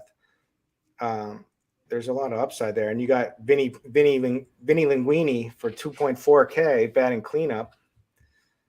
You get the catcher spot with Melendez. It's like that's a pretty nice stack. How deep is Pineda expected to go? I'm going to see what was rehab stuff. You happen to look at this? I'm pulling up on the fly right now. Is he fully stretched out? Like, I want him to be stretched out. I want to face him as much as possible, right? I mean, really? Are you really scared of this Detroit bullpen? They've done okay, but like this is a game that could blow up. But yeah, sure. I mean, from a guy like Pineda, who's has to be older than Chop at this point, right? Like, no. I don't think he's only like 33. He's not as old as you think. That's right. It's like Chop. Like so. That's what I over on 33 on Chopper. No, Chop's in it right around there. But anyways, so Pineda, we're just waiting for the wheels to fall off on this guy, and coming back from this injury this time, so it's certainly a good spot to attack. But yeah, you want plenty. Plus, you get a nice little breeze kicking out to left. It's not the best ballpark. It's not bad to left. You do not want to hit it to center field though. 3 1/3 he threw on June 21st, and 3 2/3 on June 26th. So probably doesn't go beyond like 5 innings if he sticks around. And again, this was also one of the weather games too, the most likely to have some dicey issues. So stay tuned on that. Otherwise, let's go around the horn, give our favorite plays position by position. Before we do that, though, I did want to mention, and you guys have some winners for the people. StatHero use the promo code GRINDERS, GRINDERS, up to a 50% deposit bonus, up to $250. StatHero is also partnered with RotoGrinders to give 2 fans the MLB All-Star experience of a lifetime. Enter now StatHero's All-Star head-to-head lineup. You win it, and you're in. The top 2 highest scores from now through July 10th, minimum $20 cash entry. They're going to win the grand prize. The next 10 highest scorers will receive RotoGrinders MLB premium membership. Now, again, the top 2 highest scorers receive the grand prize of 2 tickets to the Home Run Derby, which is the 19th. Nope, that's the 18th of July. The 19th is 2 tickets to the actual All-Star game. You get airfare, you get a hotel, and 10 additional winners will get RotoGrinders MLB premium membership. Watch for the All-Star game head-to-head lineup in the StatHero lobby, which should be live now. Kirk Dees, I know you picked out some winners for the people. What do you have? I have a question for Chop on this, actually, because Chop plays StatHero, right? Like you do. I just signed up, but Chop, you do play some StatHero? I have partaken in the past. So my question is do they like underprice like one guy, and then that's the guy they choose in their their 2v2 for that side, and you have to try to they might do that behind the scenes. I'm not sure, but they got the projections there. So if you're gonna go hunt for it, you can, but they might do that, actually. Maybe they do that. And well, the thing is, so I looked at it, and we both took a pick today, but for the head-to-heads, and it was they had it Austin Riley, who was like really cheap, but he's got the platoon, I think, in a good matchup, and then there's really no other good cheap guy because I could beat CJ Cron all day with from batters that were even priced lower than him on there just a little bit, but I couldn't offset the projection from beating Riley. But I did find one way. So we both used or you like the same guys. I chose Dansby Swanson because he projects really well with the bat. And then I just threw Giancarlo Stanton in there to go against Riley and Cron. There's a slight projection edge in our favor. And so it's basically taken us the bat versus StatHero. And as we know, at RG, we like to bet on the bat. Chop, who do you have as far as your pick 'em? I chose the same game. I looked at the Riley and Crone matchup that they had put out there, and I thought I could play Swanson against Riley, and I think it's a coin flip as to who outscores which one between those two players for the Braves. So coin flip right there. Then I just wanted to beat Crone. So I took Kyle Tucker. I just think he's a better player than Crone. Even if the game is in Coors Field, I'll roll with Tucker. So I took Swanson Tucker over their pairing. I just like what's going on in chat. By the way, use the promo code GRINDERS again, GRINDERS, up to a 50% deposit bonus, a 50% deposit bonus up to $250. TJ is currently in chat arguing with somebody else called Dean's Swinging Mustache. They're in a debate right now regarding my mustache. So it's a fun conversation going on there in chat. Catcher, we're going around the horn. I'm going to go to you, Curtis, as far as catcher. It seems like, especially if you're going double barrel, the optimal thing to do on DK would be to flat out punt it. You got 2 punts that are fine with Jeffers and Kelly. That's what I'm saying. They're both basically the minimum. 2-1 for Kelly and Coors, 2-4 for Jeffers. No Gary Sanchez today. Also no Yordan Alvarez as far as, just good hitters not playing baseball tonight. Is that sort of where you're looking at? Of course, if we had all the money in the world, we had more with salary cap, but we didn't. Who's your favorite absolute big spend as far as catchers? I don't really have one. I guess the big spend would be Will Smith against Blake Snell, but I don't really love that, especially at 5,700. But I'm fine with it. It is a punt night. Carson Kelly is just way too cheap. I've been playing him anyway, trying to get him to get going here, and he has gotten going in the last 2 games at least. I did homer the other day. Great matchup for him. He's only 2,100 in Coors on the road. At least he's not at home batting 8th, so that's a little bit better. Speaking of batting 9th at home is Jeffers, and that's just a play against Watkins and this O's bullpen. For sure. I think Cal Raleigh is probably my favorite, kind of mid-tier guy. We already talked about it. Knapp's playing for him. Oh, shoot. Sorry. No worries. I forgot about that. I have him in my dummy right now, so that's kick him out. Yep. Sean Murphy then, against Gonzalez. So probably do we have the lineup yet for Oakland? Yeah, we don't, right? I'm assuming he's going to be batting cleanup, and he's 3.9K against Gonzalez. So I'm fine rolling with that. Like I said, Melendez, he has really cooled off. It's been rough sledding with this guy, but and he strikes out a ton. But when he gets a hold of one, he can crush it. So MJ Melendez. In a good matchup there. Oh, and Mitch Garver now on the other side. I take Mitch Garver against any lefty. It's just something I'm a firm believer in the lefty masher Mitch Garver. So I like that now. 3,900. Sean Murphy is batting cleanup. Will Smith is batting third. A's and Dodgers lineups just came out. Barnes also playing 2 catchers for the Dodgers. Smith is DHing. Chop on FanDuel, you don't have to roster a catcher, but Varsho is catcher eligible over there. Like him a good bit, 2.8K. It's the slew of Arizona guys that are just way too cheap over there. Melendez is a nice little cheapie as well, too. But thoughts as far as catcher, anything you want to add, Chop? No. I was going to say Varsho is catcher eligible on FanDuel, and you stole it. So that's it. I'm done. No, you can have all the rest of them you can talk about. Feel free to. Yeah, Kirk mentioned Garver and some of the other guys, so there's no need to beat a dead horse here. It's funny. Dean probably stole that from you. You said stole that, so that plagiarism, right? more or less, yeah. Because I think we chatted about earlier, and I mentioned Varsho. Yeah, pre-show, and I heard you were saying Varsho. Never heard of the guy until we had the conversation pre-show. So thanks, Chop. Dalton Varsho, got it. Okay. How about this, Chop? You're going to start us off as far as first. There's no stealing because you're leading. You're batting first. Okay. Well, first of all, I like Christian Walker. He's part of that, elusive BVP club tonight that I like for Arizona. There's a few of them that, they're nice. They're not shabby. I like them. So they're shabby. So Christian Walker's part of that club against Sinzantala. Who now? Sinzantala. Okay. Yeah, so we got that going for us. Anthony Rizzo is he's okay. He's not, the numbers aren't great, but he's not having bad at bats. They're good at bats, so eventually he's going to snap out of it.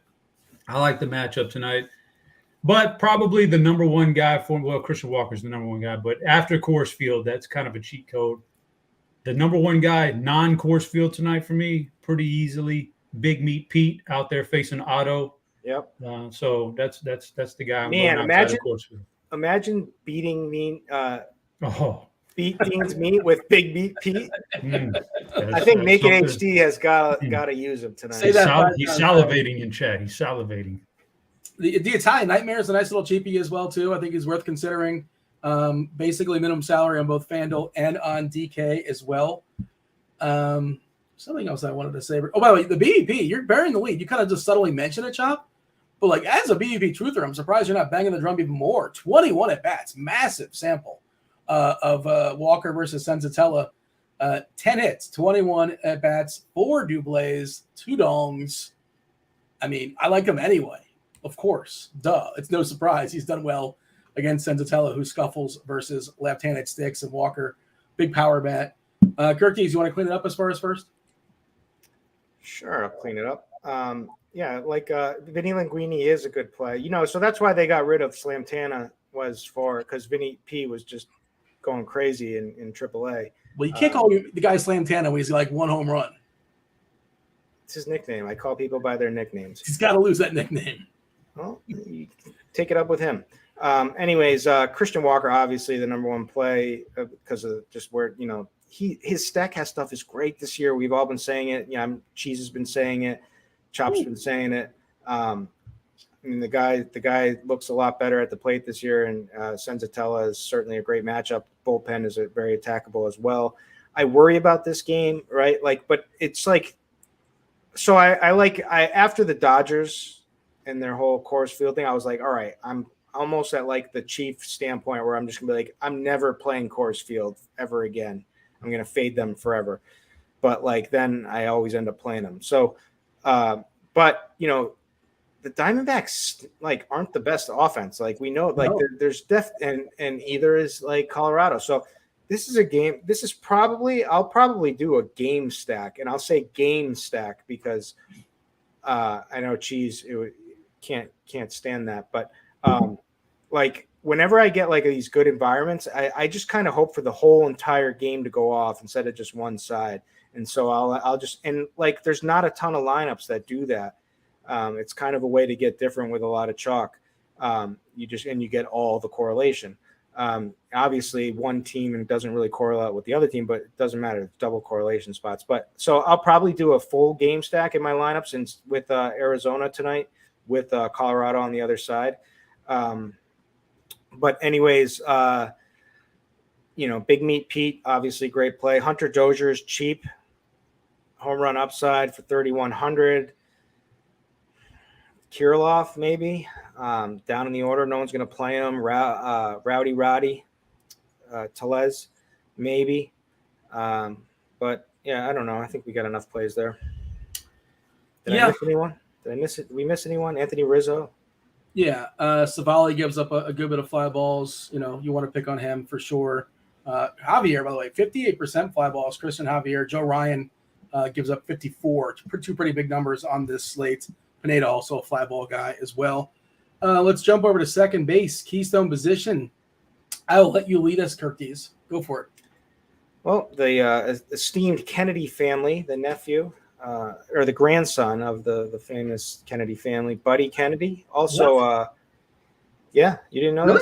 This guy, yeah, I didn't know that. Anyway, so he's the first Kennedy really making his way here in Major League Baseball. So although he has a grandfather, Don something, who was a major leaguer for years. But anyway, Buddy Kennedy, cheap, right? If you need to use a cheap play in Coors, has a little bit of pop.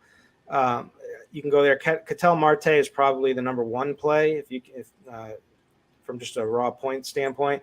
Jorge Polanco's in play because he's kind of that mid-tier, 3,900 if you need it. You can go Urias for Milwaukee at 2,700.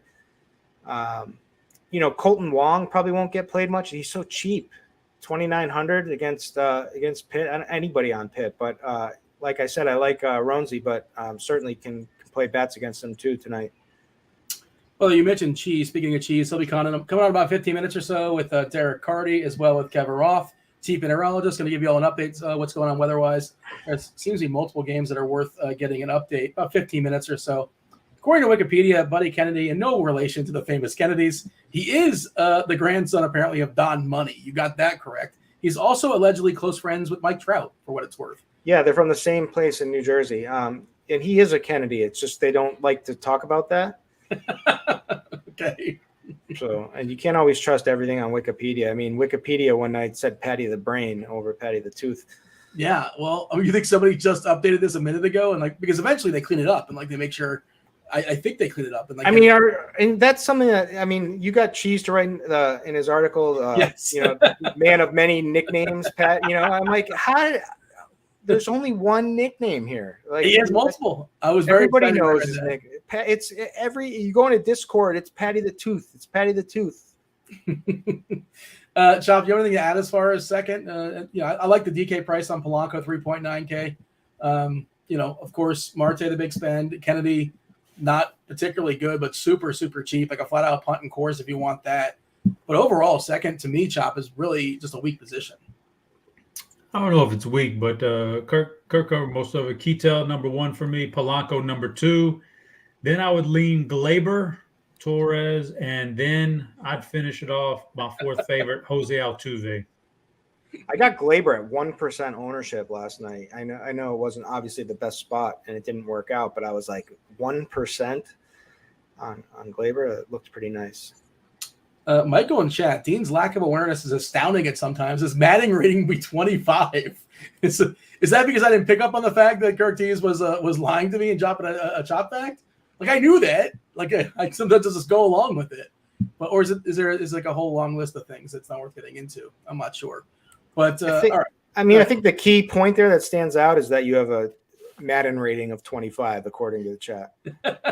Well, I assume that's my awareness. What's my speed? That's what I want to know. I'll tell you that. It's not too good either. I am deceptively fast. All right. Hot corner, third base. Chop, it's all you.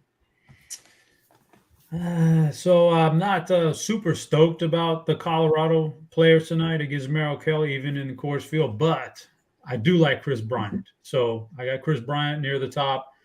I like some Bobby Witt here tonight against Pineda. He's a really good hitter. He's going to be really good one day. So I have a lot of faith Bobby Witt can deliver in this matchup. Sticking with some more Yankees, Josh Donaldson, pretty high on batting fifth tonight, only $2,600 on FanDuel. Justin Turner has had a very subpar year, but he is starting to turn it around a little bit. And this whole thing in MLB is just nothing but a bunch of streaks and, 3-week and month-long hot streaks and cold streaks. And I think he's about to hit a hot streak right now. So just for that reason alone, Justin Turner's in my player pool. And I'd finish it off with a little Alex Bregman. The Astros should put up some runs tonight. That's another offense that started off pretty atrocious for about the first 6-7 weeks of the year, but they've started to turn around a little bit lately. So Alex Bregman is on the radar. Batting fifth, by the way, Dean, I love that move by Dusty Baker to break up, to put Jordan up one spot when he's healthy. Jordan up to 3, Bregman 4, and then Tucker 5. Move the two lefties up a little bit. I like that. Yeah. What did you say? Me because I've been screaming that one all year. No, I've been screaming it all year, but what? I saw that from you. I'm just throwing it out there. I've been yelling since the start of the year. Why is Tucker batting 6? It's outrageous. Well, I heard Chop was saying this last year, so obviously you just. Yeah. And then, of course, Dean, swoops in and steals my material again. Hey, Curtis, do you know how many homers Chris Bryant has this season? Ooh. 0. Yeah, he's just terrible. I know he's been hurt for a good bit, but what a disaster. 7-year contract. You know who's looking pretty? Who's looking pretty good in that now? Who's that? Our boy Bobby Fye. Remember all the arguments about Chris Bryant? That's what really set him off that night. Was Chris Bryant like a top 30 or top 25 player? And he was vehemently arguing that he's not. And then everyone was using all the nerds came out with their little fan graph stuff, and it just set him off. Hey. And I wish he was, and that hurt all of us, right? Bobby same conversation today. He's looking, but that's up. Yeah. maybe Bryant was always overrated. I don't know. I didn't really have a take on it. I just sat back and watched the conversation. I didn't really have a strong lean. I hated the contract for Colorado, though. It made no sense to me. But the best memory is Siege and Justin Bohr, or is that? Oh God! Don't say too much. That's Dean's boy. We don't want to get Dean mad. No, it was the argument was he a top 40 player in baseball? And I'm like, no, this is ridiculous. It was an absurd thought. And somehow that's he was an all-star that year, I think. I don't know if he was, and if he was, so like good for him. He's out of baseball, or I think he's playing in Asia. Actually, I think he is playing the Korean League, maybe. Yeah, he's playing in either Japan or in Korea. But like, spoiler alert, not a top 40 player in baseball. All right, not even top 40 first baseman. Third base, we got another cheap guy that no one's mentioning that has been also horrendous this season. Who's that? Moncada. 2,400. Yeah, he's a disaster. Yeah, 2,400.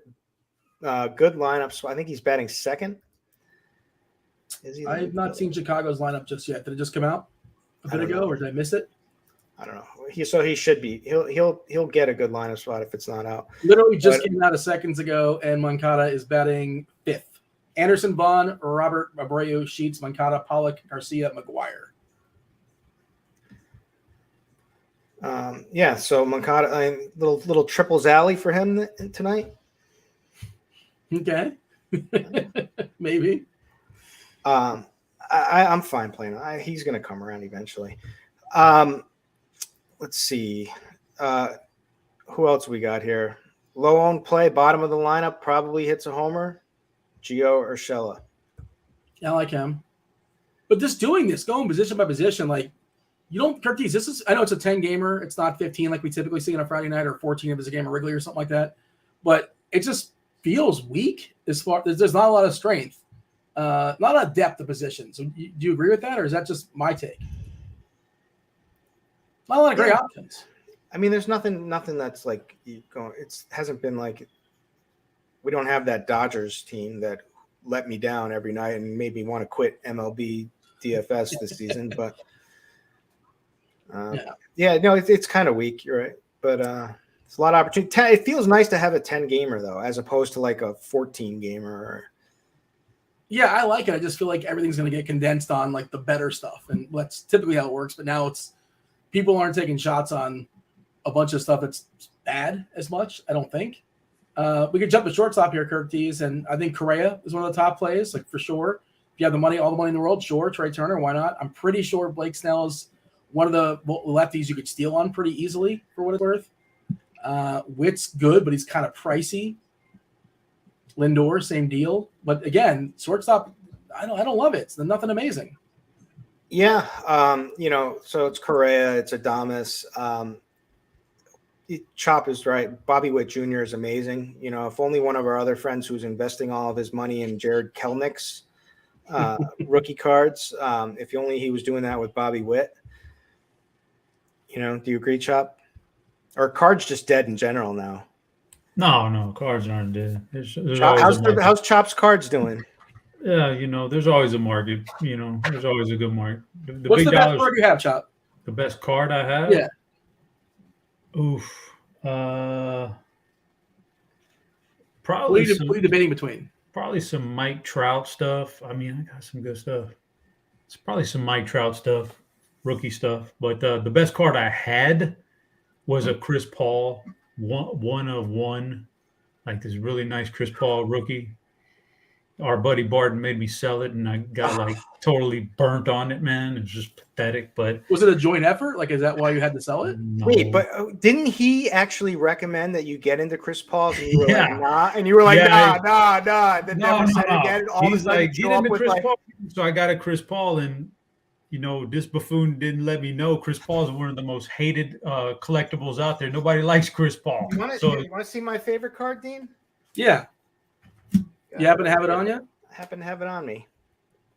Fire it away. I happen to have some next to me as well. Oh, we can't see it because of I think it's a golfer. Oh, little Tiger Woods?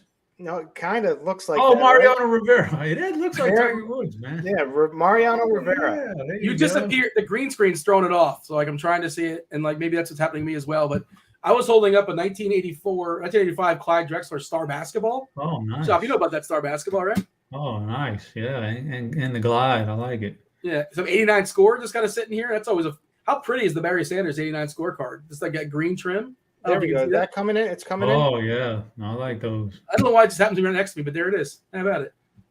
Nice. Look at that. Dean, look at that. There you go. Is that Bowman? Yep. Okay, that's the brand. I don't know what year that is. I don't recognize it, but that's got to be worth something. Sure, why not? Here you go. Here's my boy. We can't see that. Is that Jeter? Yep. Wow, Why do we all have cards right next to us? I want to know why a diehard Red Sox is showing us nothing but Yankees guys. Jeter is the one player that the Red Sox fans always respected. We're like, we hate him, but we respect him. Interesting. Chop, did you have thoughts as far as shortstop? You want to jump to the outfield? I mean, Correa, you mentioned Correa, Witt, Francisco Lindor is in play. And the one guy on FanDuel that makes a lot of sense, Jeremy Pena, only 2,900, up in the number 2 spot with the Brantley injury. So that's a good spot for him. You guys remember Larry Bird and Magic Johnson? That's the you have that. Do you have oh, you don't have the no, it's the real 8182 or I think it's 8182. The 1980, the rookie card with both of them on there. That is the one. Yeah. Is Buxton the best outfielder Kirk is today amongst all the studs? Yeah, he sure is. Should hit a bomb here. Also Varsho for sure. I know you stole that from Chop, so I'm just going to echo. I'm going to take Chop's advice there and recommend him. Say, great call, Chop. That's what I do. Aaron Judge, obviously, right? Like Savali is certainly someone that the Yankees can put up a lot of runs tonight. Max Kepler is going yard. Then I don't know. Play whoever you want. Just pulling up. Yeah, I mean, amongst the studs, you agree with that as well, Chop? Like Buxton's the top guy. Reverse splits, righty. It's just like the perfect matchup for him, obviously. Weather we talked about being pretty good there as well. Of course, you can always play Stanton. You can always play Judge. Yeah. That stuff's pretty clear. Where are you at as far as outfield, Chop? Yeah, if you're going to spend up, Judge or Buxton, it definitely comes down to those two guys. Other than that, Kyle Tucker, I mentioned him earlier in the promo. I like Kyle Tucker, man. I like Kyle Tucker. Julio Rodriguez, it seems like every show we do, I recommend him, but he's got another good matchup tonight. Max Kepler. And then, Dean, I'm going to go back to the BVP tree here with David Peralta against Zinzantala. I got to go back to the BVP tree. Dean, this is crazy right here. Now, you can say what you want, but 32 at-bats, Dean, and I'm not even worried about the peripheral. 32 at-bats. He has never struck out against this guy. That means he's going to, we're in Coors Field. You're going to put the ball in play. Give it. And he's only 2,500 on FanDuel. Give it to me. Give it to me now. Ooh, dude. So, Peralta, who's the better play, Kirkies, in the outfield as far as these Arizona cheapies? Is it Peralta or is it Alec Thomas? Chop just said it. Okay. Yeah. I don't know which one it is. I have no idea. It's probably Peralta. They're kind of next to each other. Thomas, I believe, is sitting higher in the order for what it's worth. I saw TJ say that they might not play in New York. Yeah, we're kind of monitoring that. We'll see what Roth has to say. Oh, no. Wait, in New York? The Mets? The Yankees. Okay, so in Cleveland. Correct. Yeah, my bad. Yeah, and, Roth wrote it up not too long ago, but, of course, he's going to have a better update when he comes on. I presume in just a few minutes. We got the Crunch Time crew coming in.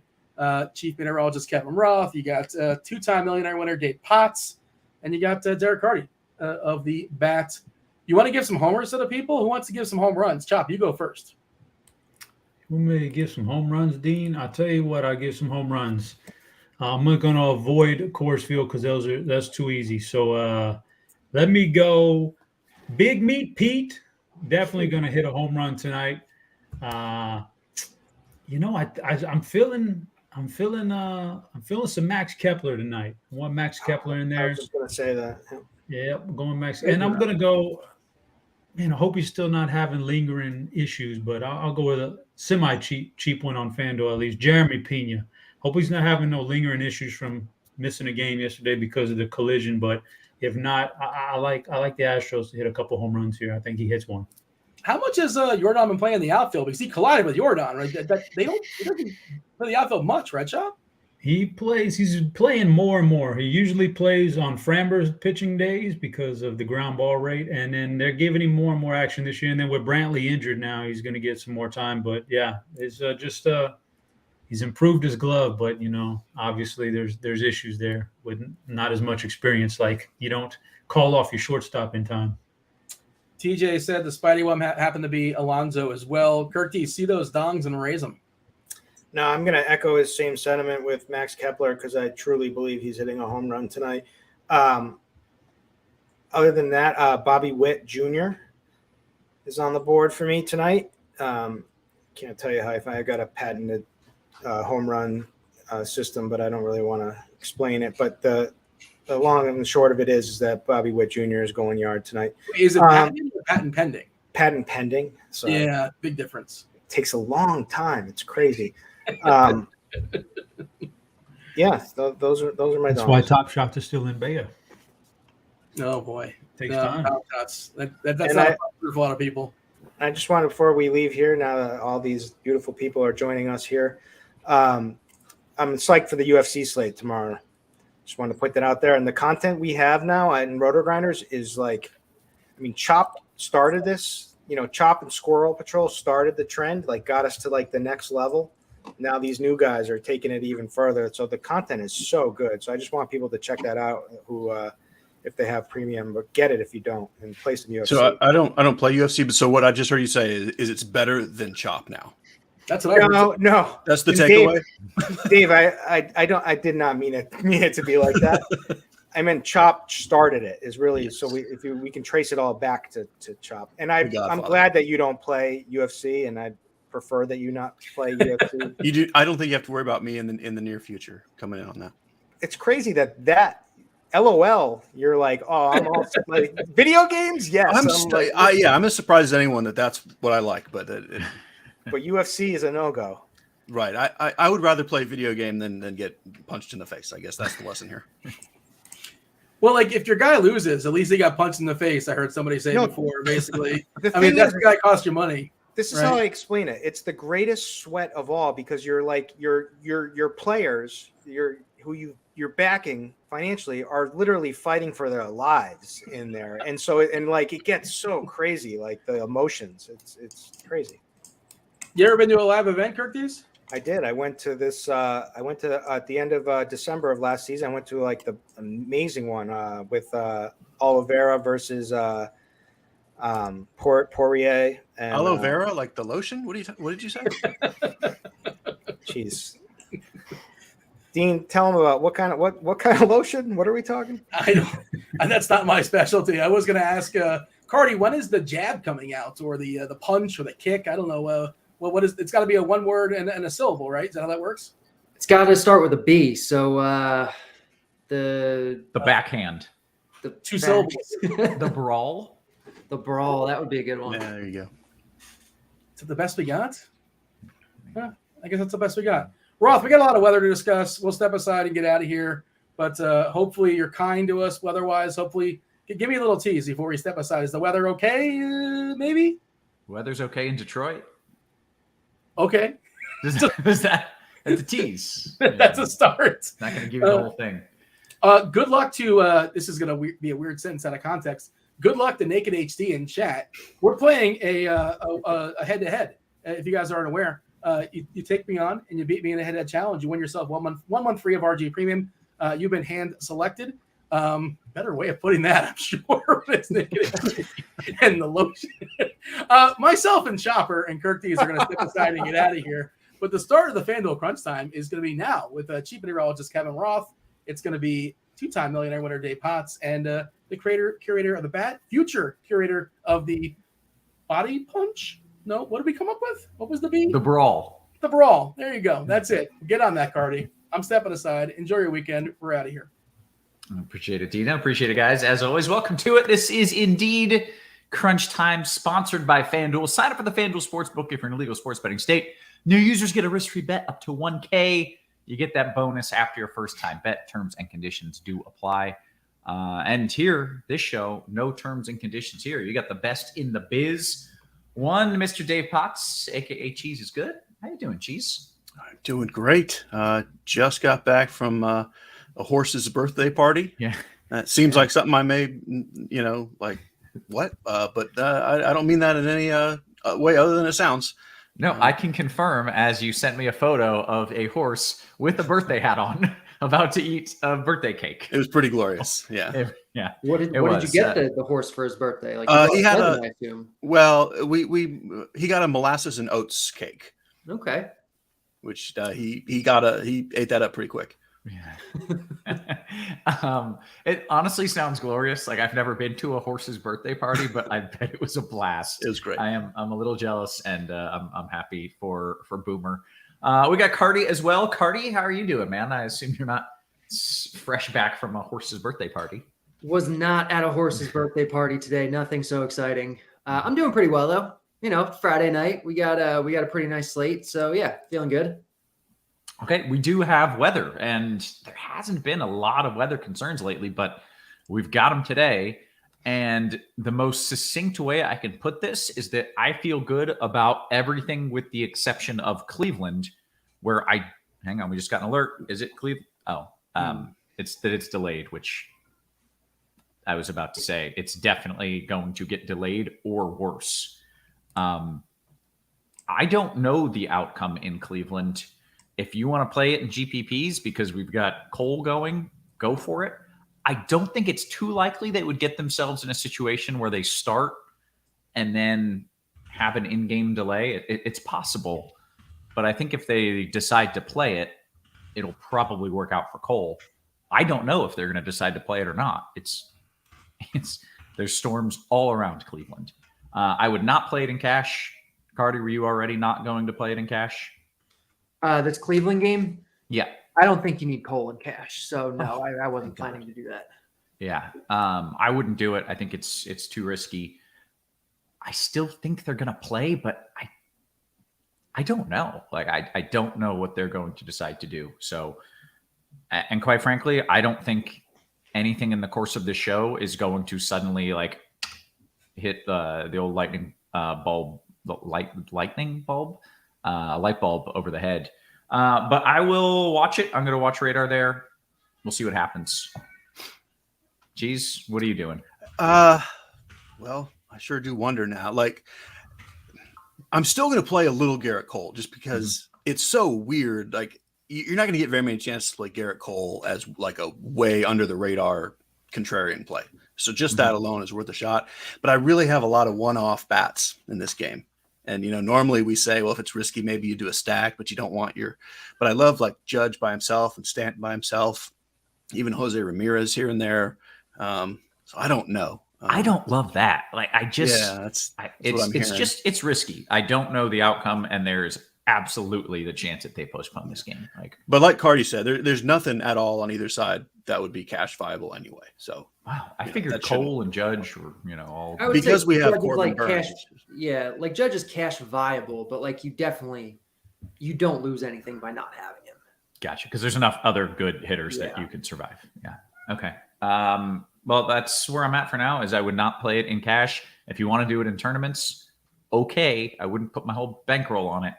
And just to clarify, that's hitters too, because I guess on FanDuel the Yankees are always a lot cheaper. Like, I do think over there, if you can get them in cash, you probably want some of them, but you don't have to. So I don't think it's there's risky. I don't think there's a big difference here between the risk of pitchers and the risk of hitters. I think the primary risk is, are they going to play the game? And I'm not much more than 50% confident that they will. So I think Chad is saying they already delayed it. Does that help or hurt the chances of it playing? It doesn't really change anything. Like, they were going to delay it. They had the tarp on. that was kind of assumed. Gotcha. I'll watch and see if anything changes, but I would not expect it will be a short delay. I'll tell you that. I think what I'm doing, like, I'm going to take my like one-off Stanton and Donaldson and like the guys I like the next thing just as much. I'm just going to swap off. I might keep an Aaron Judge here and there, but yeah. Okay.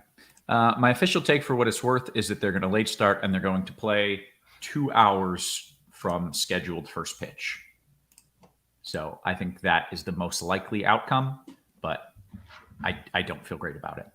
Okay, enough weather talk. There's Detroit. They might end up late starting in Detroit. If they do, it's going to be fine. And then you could get a delay in Colorado, but I assume we just want hitters there. Yeah. Okay, so then that's not an issue either.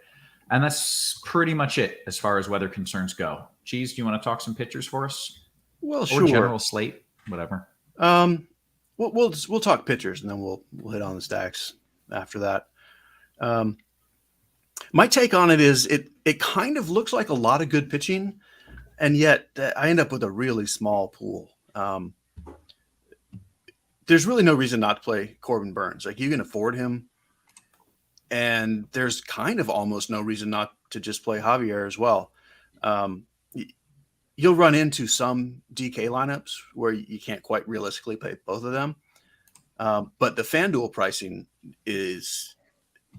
it's bizarre how easy it is to play Burns and 4 Arizona bats. Like, that's the chalkiest build like I've ever seen.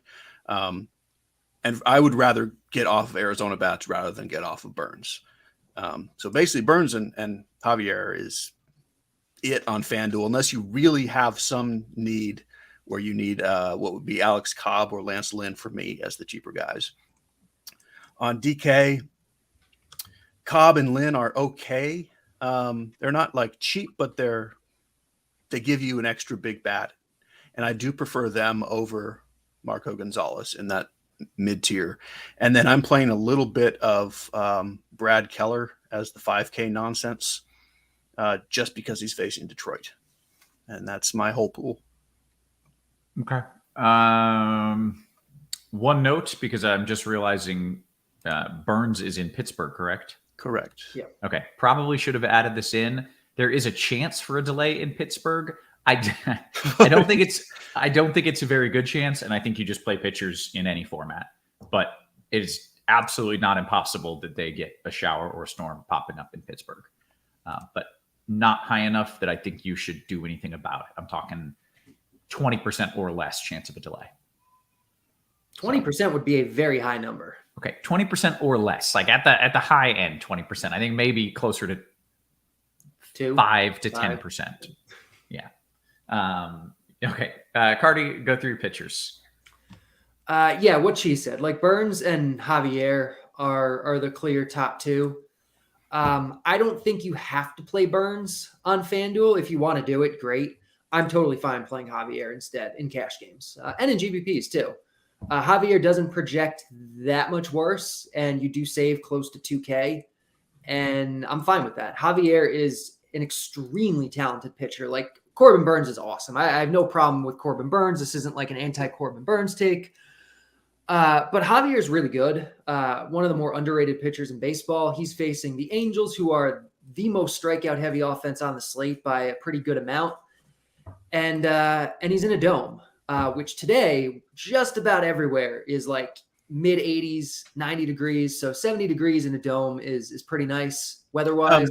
Carty, let me jump in and ask you something. I could have looked this up before, but didn't. What are you projecting for pitch count on him? Because he had that huge bump last week, which I can't decide if that's good or bad. I only have him for 91, which is not like anything awesome. Crazy. Yeah. I was going to say, if you have him, like, I'm thinking he only gets 90. If that projection is with 90, which I kind of agree with, then yeah, carry on. We love him. Yeah. So I really like him. I think the matchup's good, especially for strikeouts. Weather-wise, it's good. So yeah, in cash games on DK, you play both. Cash games on FanDuel, you play one or the other. I'm fine with Javier. I'm with Cheese. I like Lance Lynn at his price in GPPs. I like Alex Cobb, but he's still building back up. Like, he's going to be capped around 95 pitches. So I like him from like a point per dollar projection standpoint, from like a real like massive upside standpoint. I do think he's more limited than some of these other guys. I think David Peterson in the same price range I like a little bit more maybe because he's not going to have those restrictions. He's going to come in a little lower owned, but he projects pretty similarly. In terms of like my cheap nonsense stuff, I think Brad Keller is totally fine, but I think James Caprillion is also totally fine. Okay, just doing some radar watching here. All right, you want to talk some of the stacks here? And Carty, you can lead us off. What's chalky and what do you like that's not? Coors is going to be chalk, specifically the Arizona side. I think they'll pretty easily be the most owned stack on the slate. In cash games, you're going to be loading up on them. In GPPs, you can definitely fade them because they're good. They're not like so good that you have to like go out of your way to have them. But, so I like Arizona.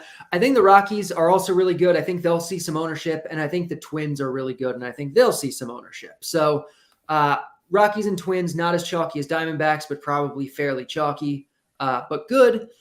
And then I think the offense that is really good that is going to go under owned tonight is the Kansas City Royals. Okay. Cheese, you got any favorites? So yeah, definitely Arizona is chalk. On FanDuel, the Arizona Minnesota combo is going to be wild mega chalk, and it's wonderful wild mega chalk. I also like Kansas City at those prices. There's some really good hitters for free. I also really like the Dodgers as a stack. Okay. Got a quick question in this. I think this is going back to pitcher here. MB says, Cheese, in DK single entry, any love for Gosselin, or is that too cute? That's too cute for me personally. Just like that salary is goofy for who he is. He is good, but that ERA is the flukiest thing in the world. He's not that good. Okay. Did anyone mention David Peterson? I did. Yeah, I'm seeing this in chat right now. This is the first I'm seeing this thing. He is on baby watch, and his wife is very close to giving birth. He might have to leave right after he pitches, or I mean, she can hold it for 4 or 5 innings. Yeah, right. Just hold that baby in there. The early portion of labor is fairly long, and I mean, would he leave right away? I don't know. What do you? There's no. What are you, a gynecologist? Like, what are you talking about? Impressive knowledge base. Yeah, I'm just saying, like the first few hours are slow, and like normally, I mean, everyone's different, but like he that doesn't mean you still go. You still probably go. But if you're a major league pitcher, like I don't know, are the rules different? I don't know. I don't know either, I guess. But yeah, that's what I was saying about him having like, I mean, I guess the upside is still there, but there's more downside as well. Okay, gotcha. All right, hey, let's go position by position, and Cheese, you can start us off with some catcher talk. Yeah, like continuing with the trend, catcher's really pretty good. I'll talk DK, although some of these guys are FanDuel viable. You have dirt cheap $2,100 Coors Field catcher Carson Kelly, who actually has some power. That's the chalk because of the price. I love spending up for Will Smith when no one's going to play him. And I there's a lot of guys I like, but specifically Adley Rutschman and MJ Melendez in the mid tier. And I would consider any of them on FanDuel as well. Carty? Yeah, sorry, I'm still thinking about this David Peterson thing. Carson Kelly, I'm sure Cheese mentioned him. He's 2.1K on DraftKings, and he projects as the second best catcher on the whole slate. So he's your cash guy, like 100%. Like you're not, anything else is just wrong. On FanDuel, I think you can make a case for Dalton Varsho in that spot, even though you don't have to play a catcher. But Varsho's really good. He's in course. Otherwise, though, it's GPP guys, stack guys, Elias Diaz in your Rocky stacks, Ryan Jeffers in your Twin stacks, that type of thing. Okay. This is just a wonderful comment from Derek in the YouTube chat. It says, check out Carty's new projection system, The Birth. Oh, man.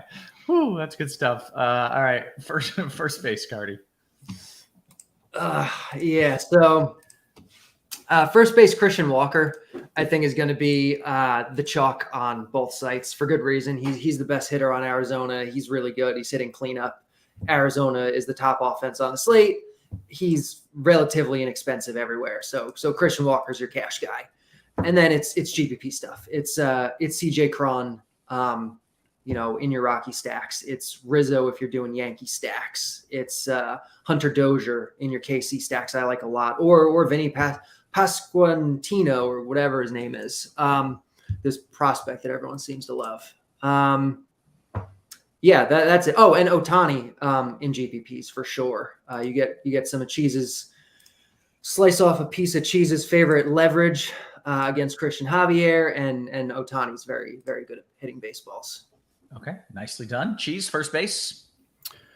Yeah, absolutely. Obviously, Walker chalk. I like a lot of things, but in particular, Pete Alonso, Rowdy Tellez, if you need to go cheap, and then both of the Royals that Carty mentioned I love. Okay, take us to second. This is just not much of a position, which is going to lead to, on FanDuel, crazy Ketel Marte chalk. Now on DK, Marte is really expensive, and I don't really like him. I think Polanco is just as good, or I think he's better for the price. But then you also have the $2,200 Buddy Kennedy, who, as Kirk pointed out, has a pretty unique bloodline. Ancestry.com and check that out. If the Yankees game plays, which I guess we won't know, I kind of like Torres. And you, of course, do Brendan Rodgers. I'm going to say it in case Carty doesn't. I think you can throw the dart at Odor.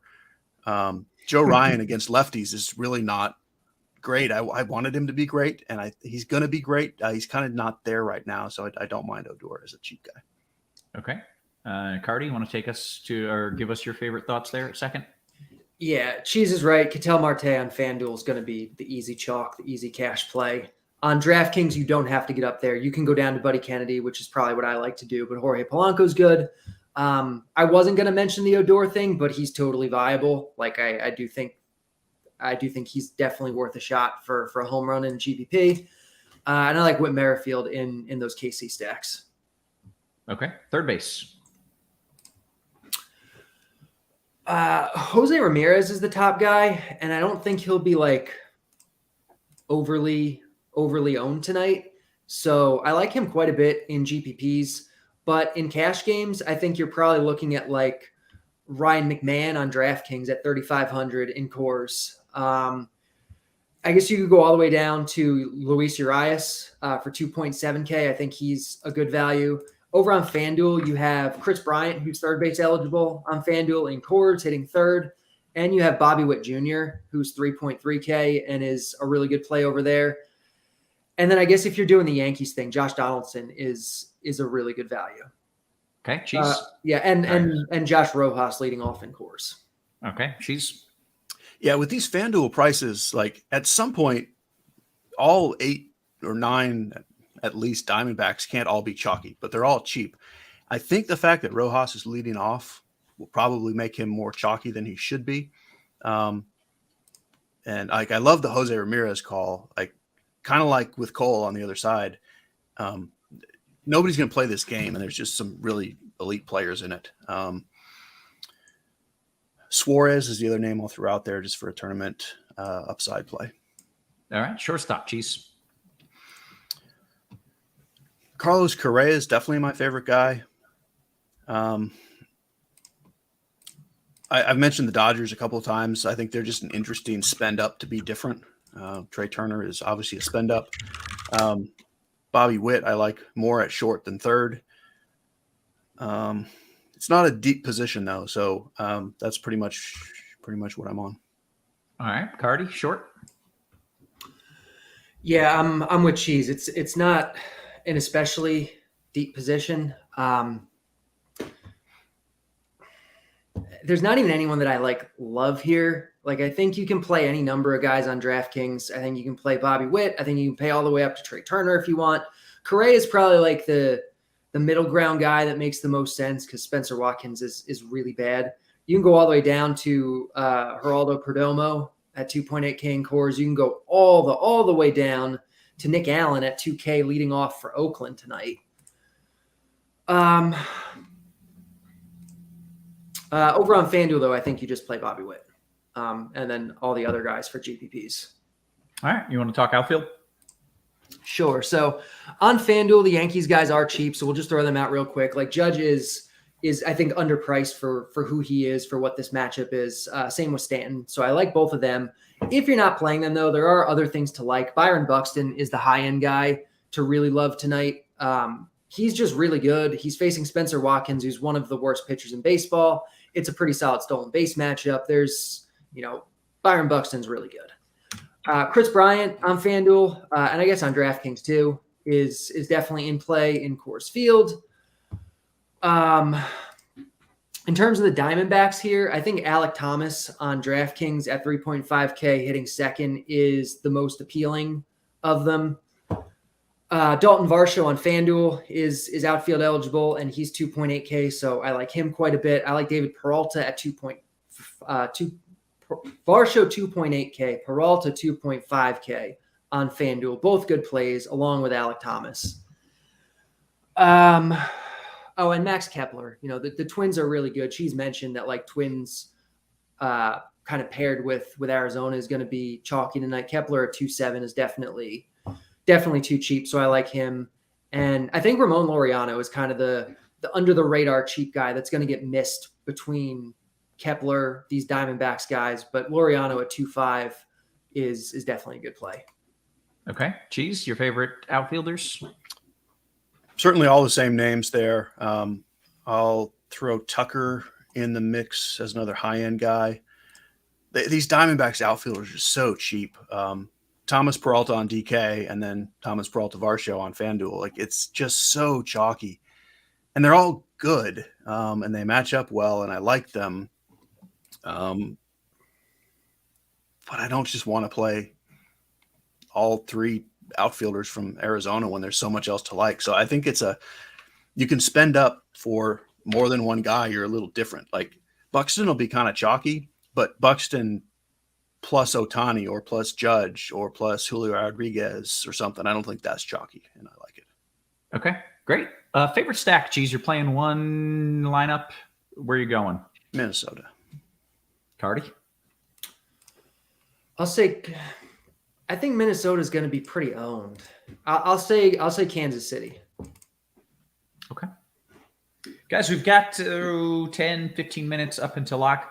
I'm just looking at radar here in Cleveland, and nothing has changed. I think it's really risky. I still kind of think they late start and play, but that's my official forecast there, is all those noises. Let me do a quick check here in Pittsburgh. Make sure everything there still looks as expected. So, okay. Oh, and Detroit. Yeah, everything looks good in Detroit. They should be able to play on time there, so no issues there. Okay, let's get to some QQs, gentlemen. Booley's FanDuel GPP. I need 2 of 3 as a large field GPP. Let's see. Carty, you want Heim, Garver, and Nate Lowe, or N. Lowe.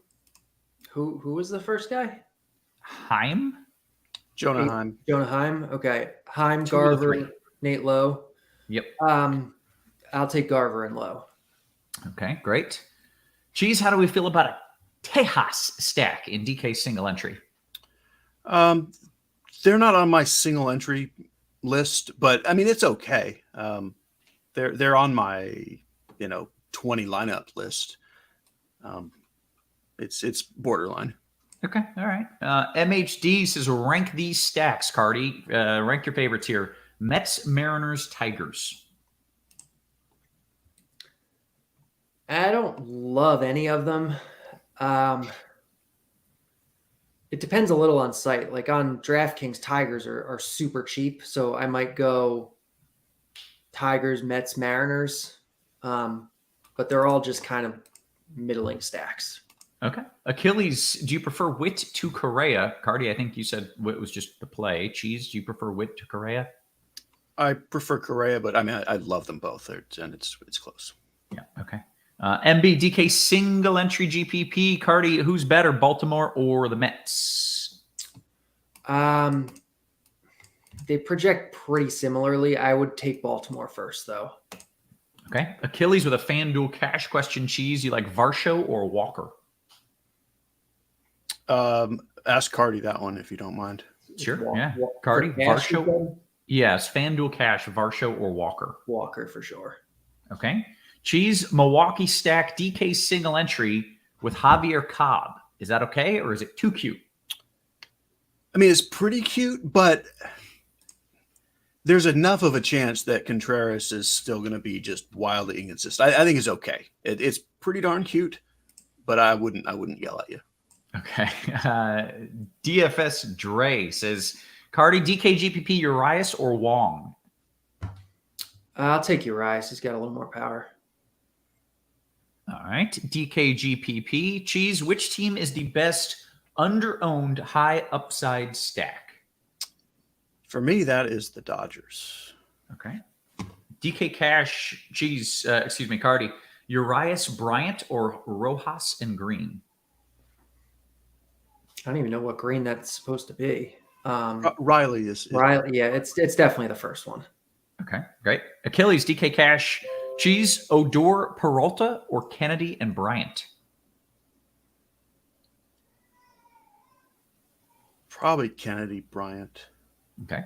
Go to Scorekeeper 80 DKGPP question for you. Carty, any interest in Lorenzen at SP2? Not really, no. Okay. Cheese, saving money for bats with Lorenzen at SP2? No. Okay. FanDuel cash question, Carty, coming back to you here. Witt and Pascantino or Correa and Odor / Miranda?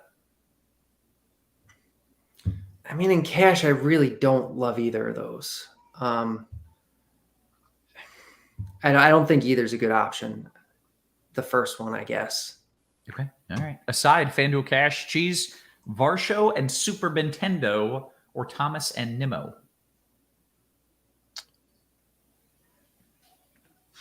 That's probably Varsho Benintendi. Okay. New York Vike says, can I get a quick summary of the weather? I missed your breakdown. Sure. We've got a late start official in Cleveland. It is a very risky game. It's going to pour there for the next hour at least. My official lean is that they late start and play, but there's no way I play it in cash. And I think it's, somewhat dicey even in tournaments. There's legitimate postponement risk there. In Pittsburgh, there's a low chance of a delay, but if you want the pitcher there, especially because if you're pivoting off of Cole and you want the pitcher there, you just play it and just eat that lower end chance for a delay. And in Detroit, everything looks good. So all the other, chance for a delay in Colorado, but the game should be fine for bats. NBA DFS, FanDuel Cash. Carty, you want Kepler or Merrifield? I'll take Kepler.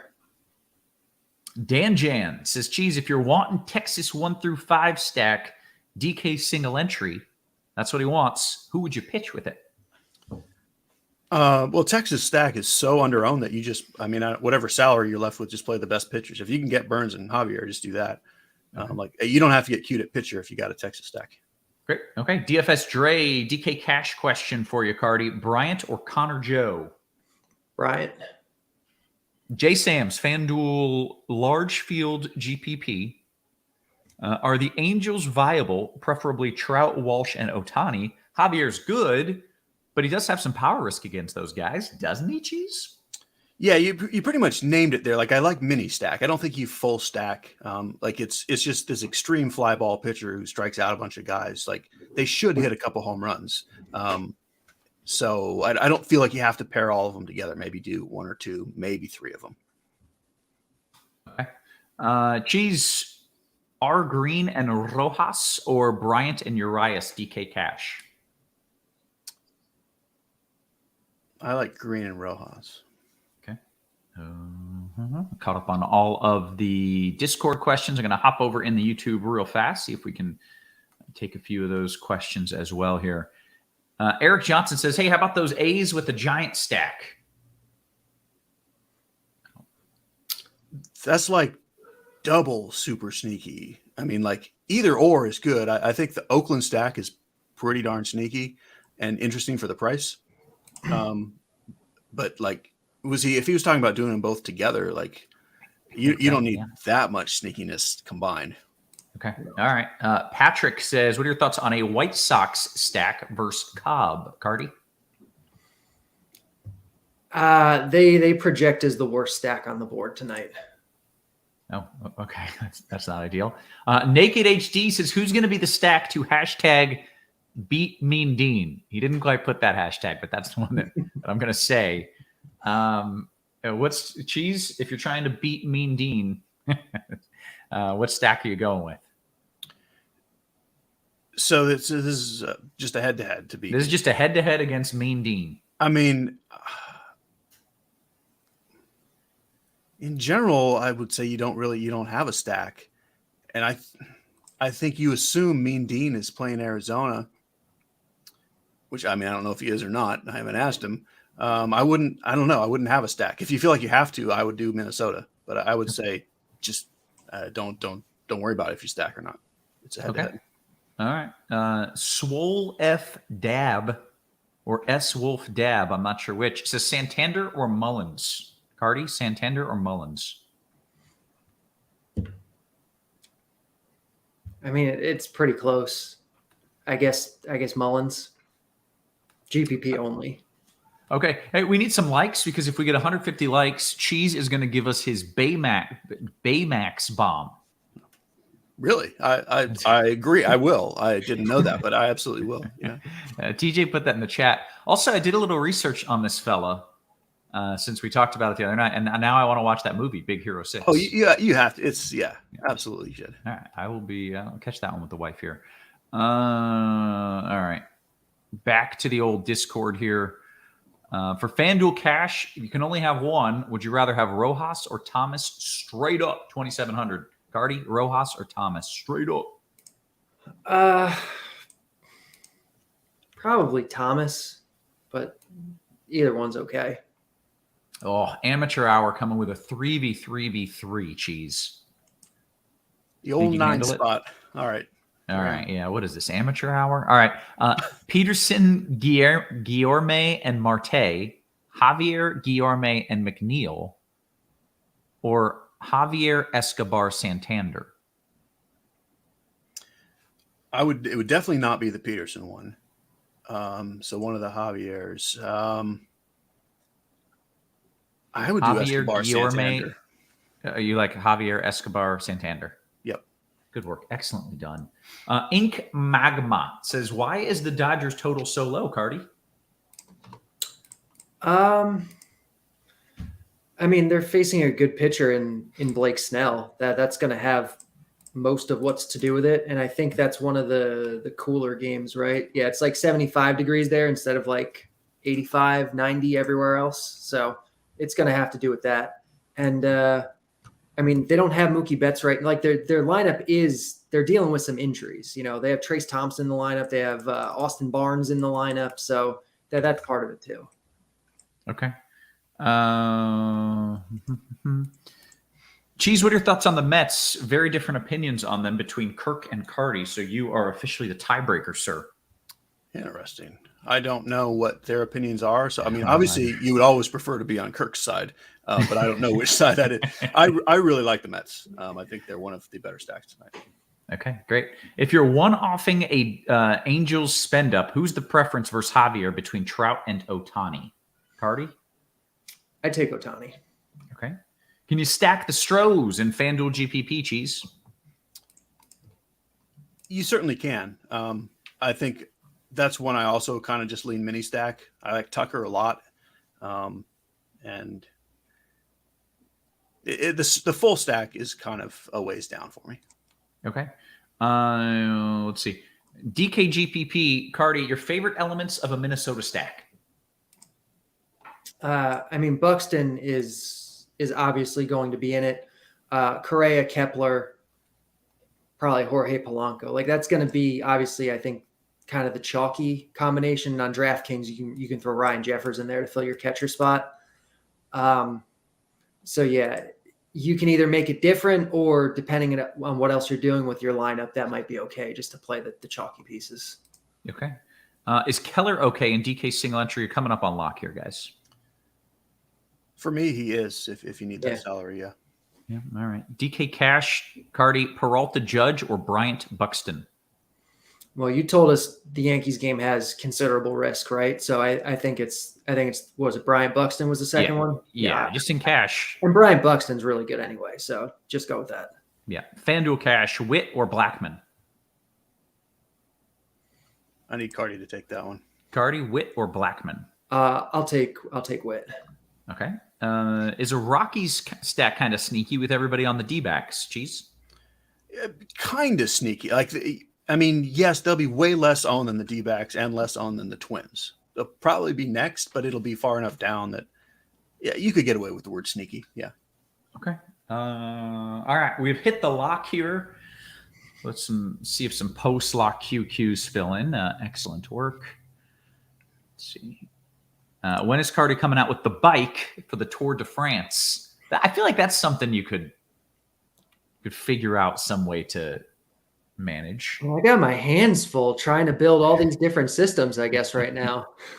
Yeah. Carty, let me ask you this. I saw something in chat the other day, and you said, I don't know, you could only figure that out if you had like a lab. Do you have a lab? I do not have a lab, unfortunately. You should get yourself a lab with some beakers and some goggles. I should look into that. That would be smart. Yeah. No, I just assumed you had one. Maybe, I can drop some hints. People can buy me a lab. Yeah, set up like a wish list. Yeah, exactly. I'll buy you the Brunson White burner coat and all that. Yeah. All right. Let's see. Jason Martinez says Burns at 60%. God help us. Well, God help the other 40%, maybe. Yeah. Yeah. All right. Unless he means the weather. Let's not get a delay there. Yeah, let's not get a delay there. It's because Cole is going to pitch and he's going to throw like 20 strikeouts, and then there's going to be a delay in Pittsburgh, and then my phone is just going to catch fire and explode. It'll be good times. The most likely case now. All right, that's how these things go. You made it pretty clear that there's considerable risk there. Yeah. Where in New York? Yeah. Yeah. With that means the whole game. Yeah. Sure, but that means that game's going to be fine. Oh, you're saying there's not going to be any weather, and you're going to hear about it. Right. That game's Murphy's Law for Roth. Yeah.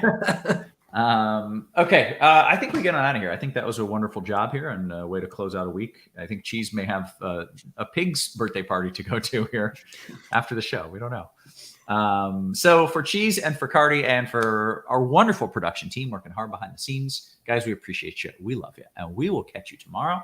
You have been crunched.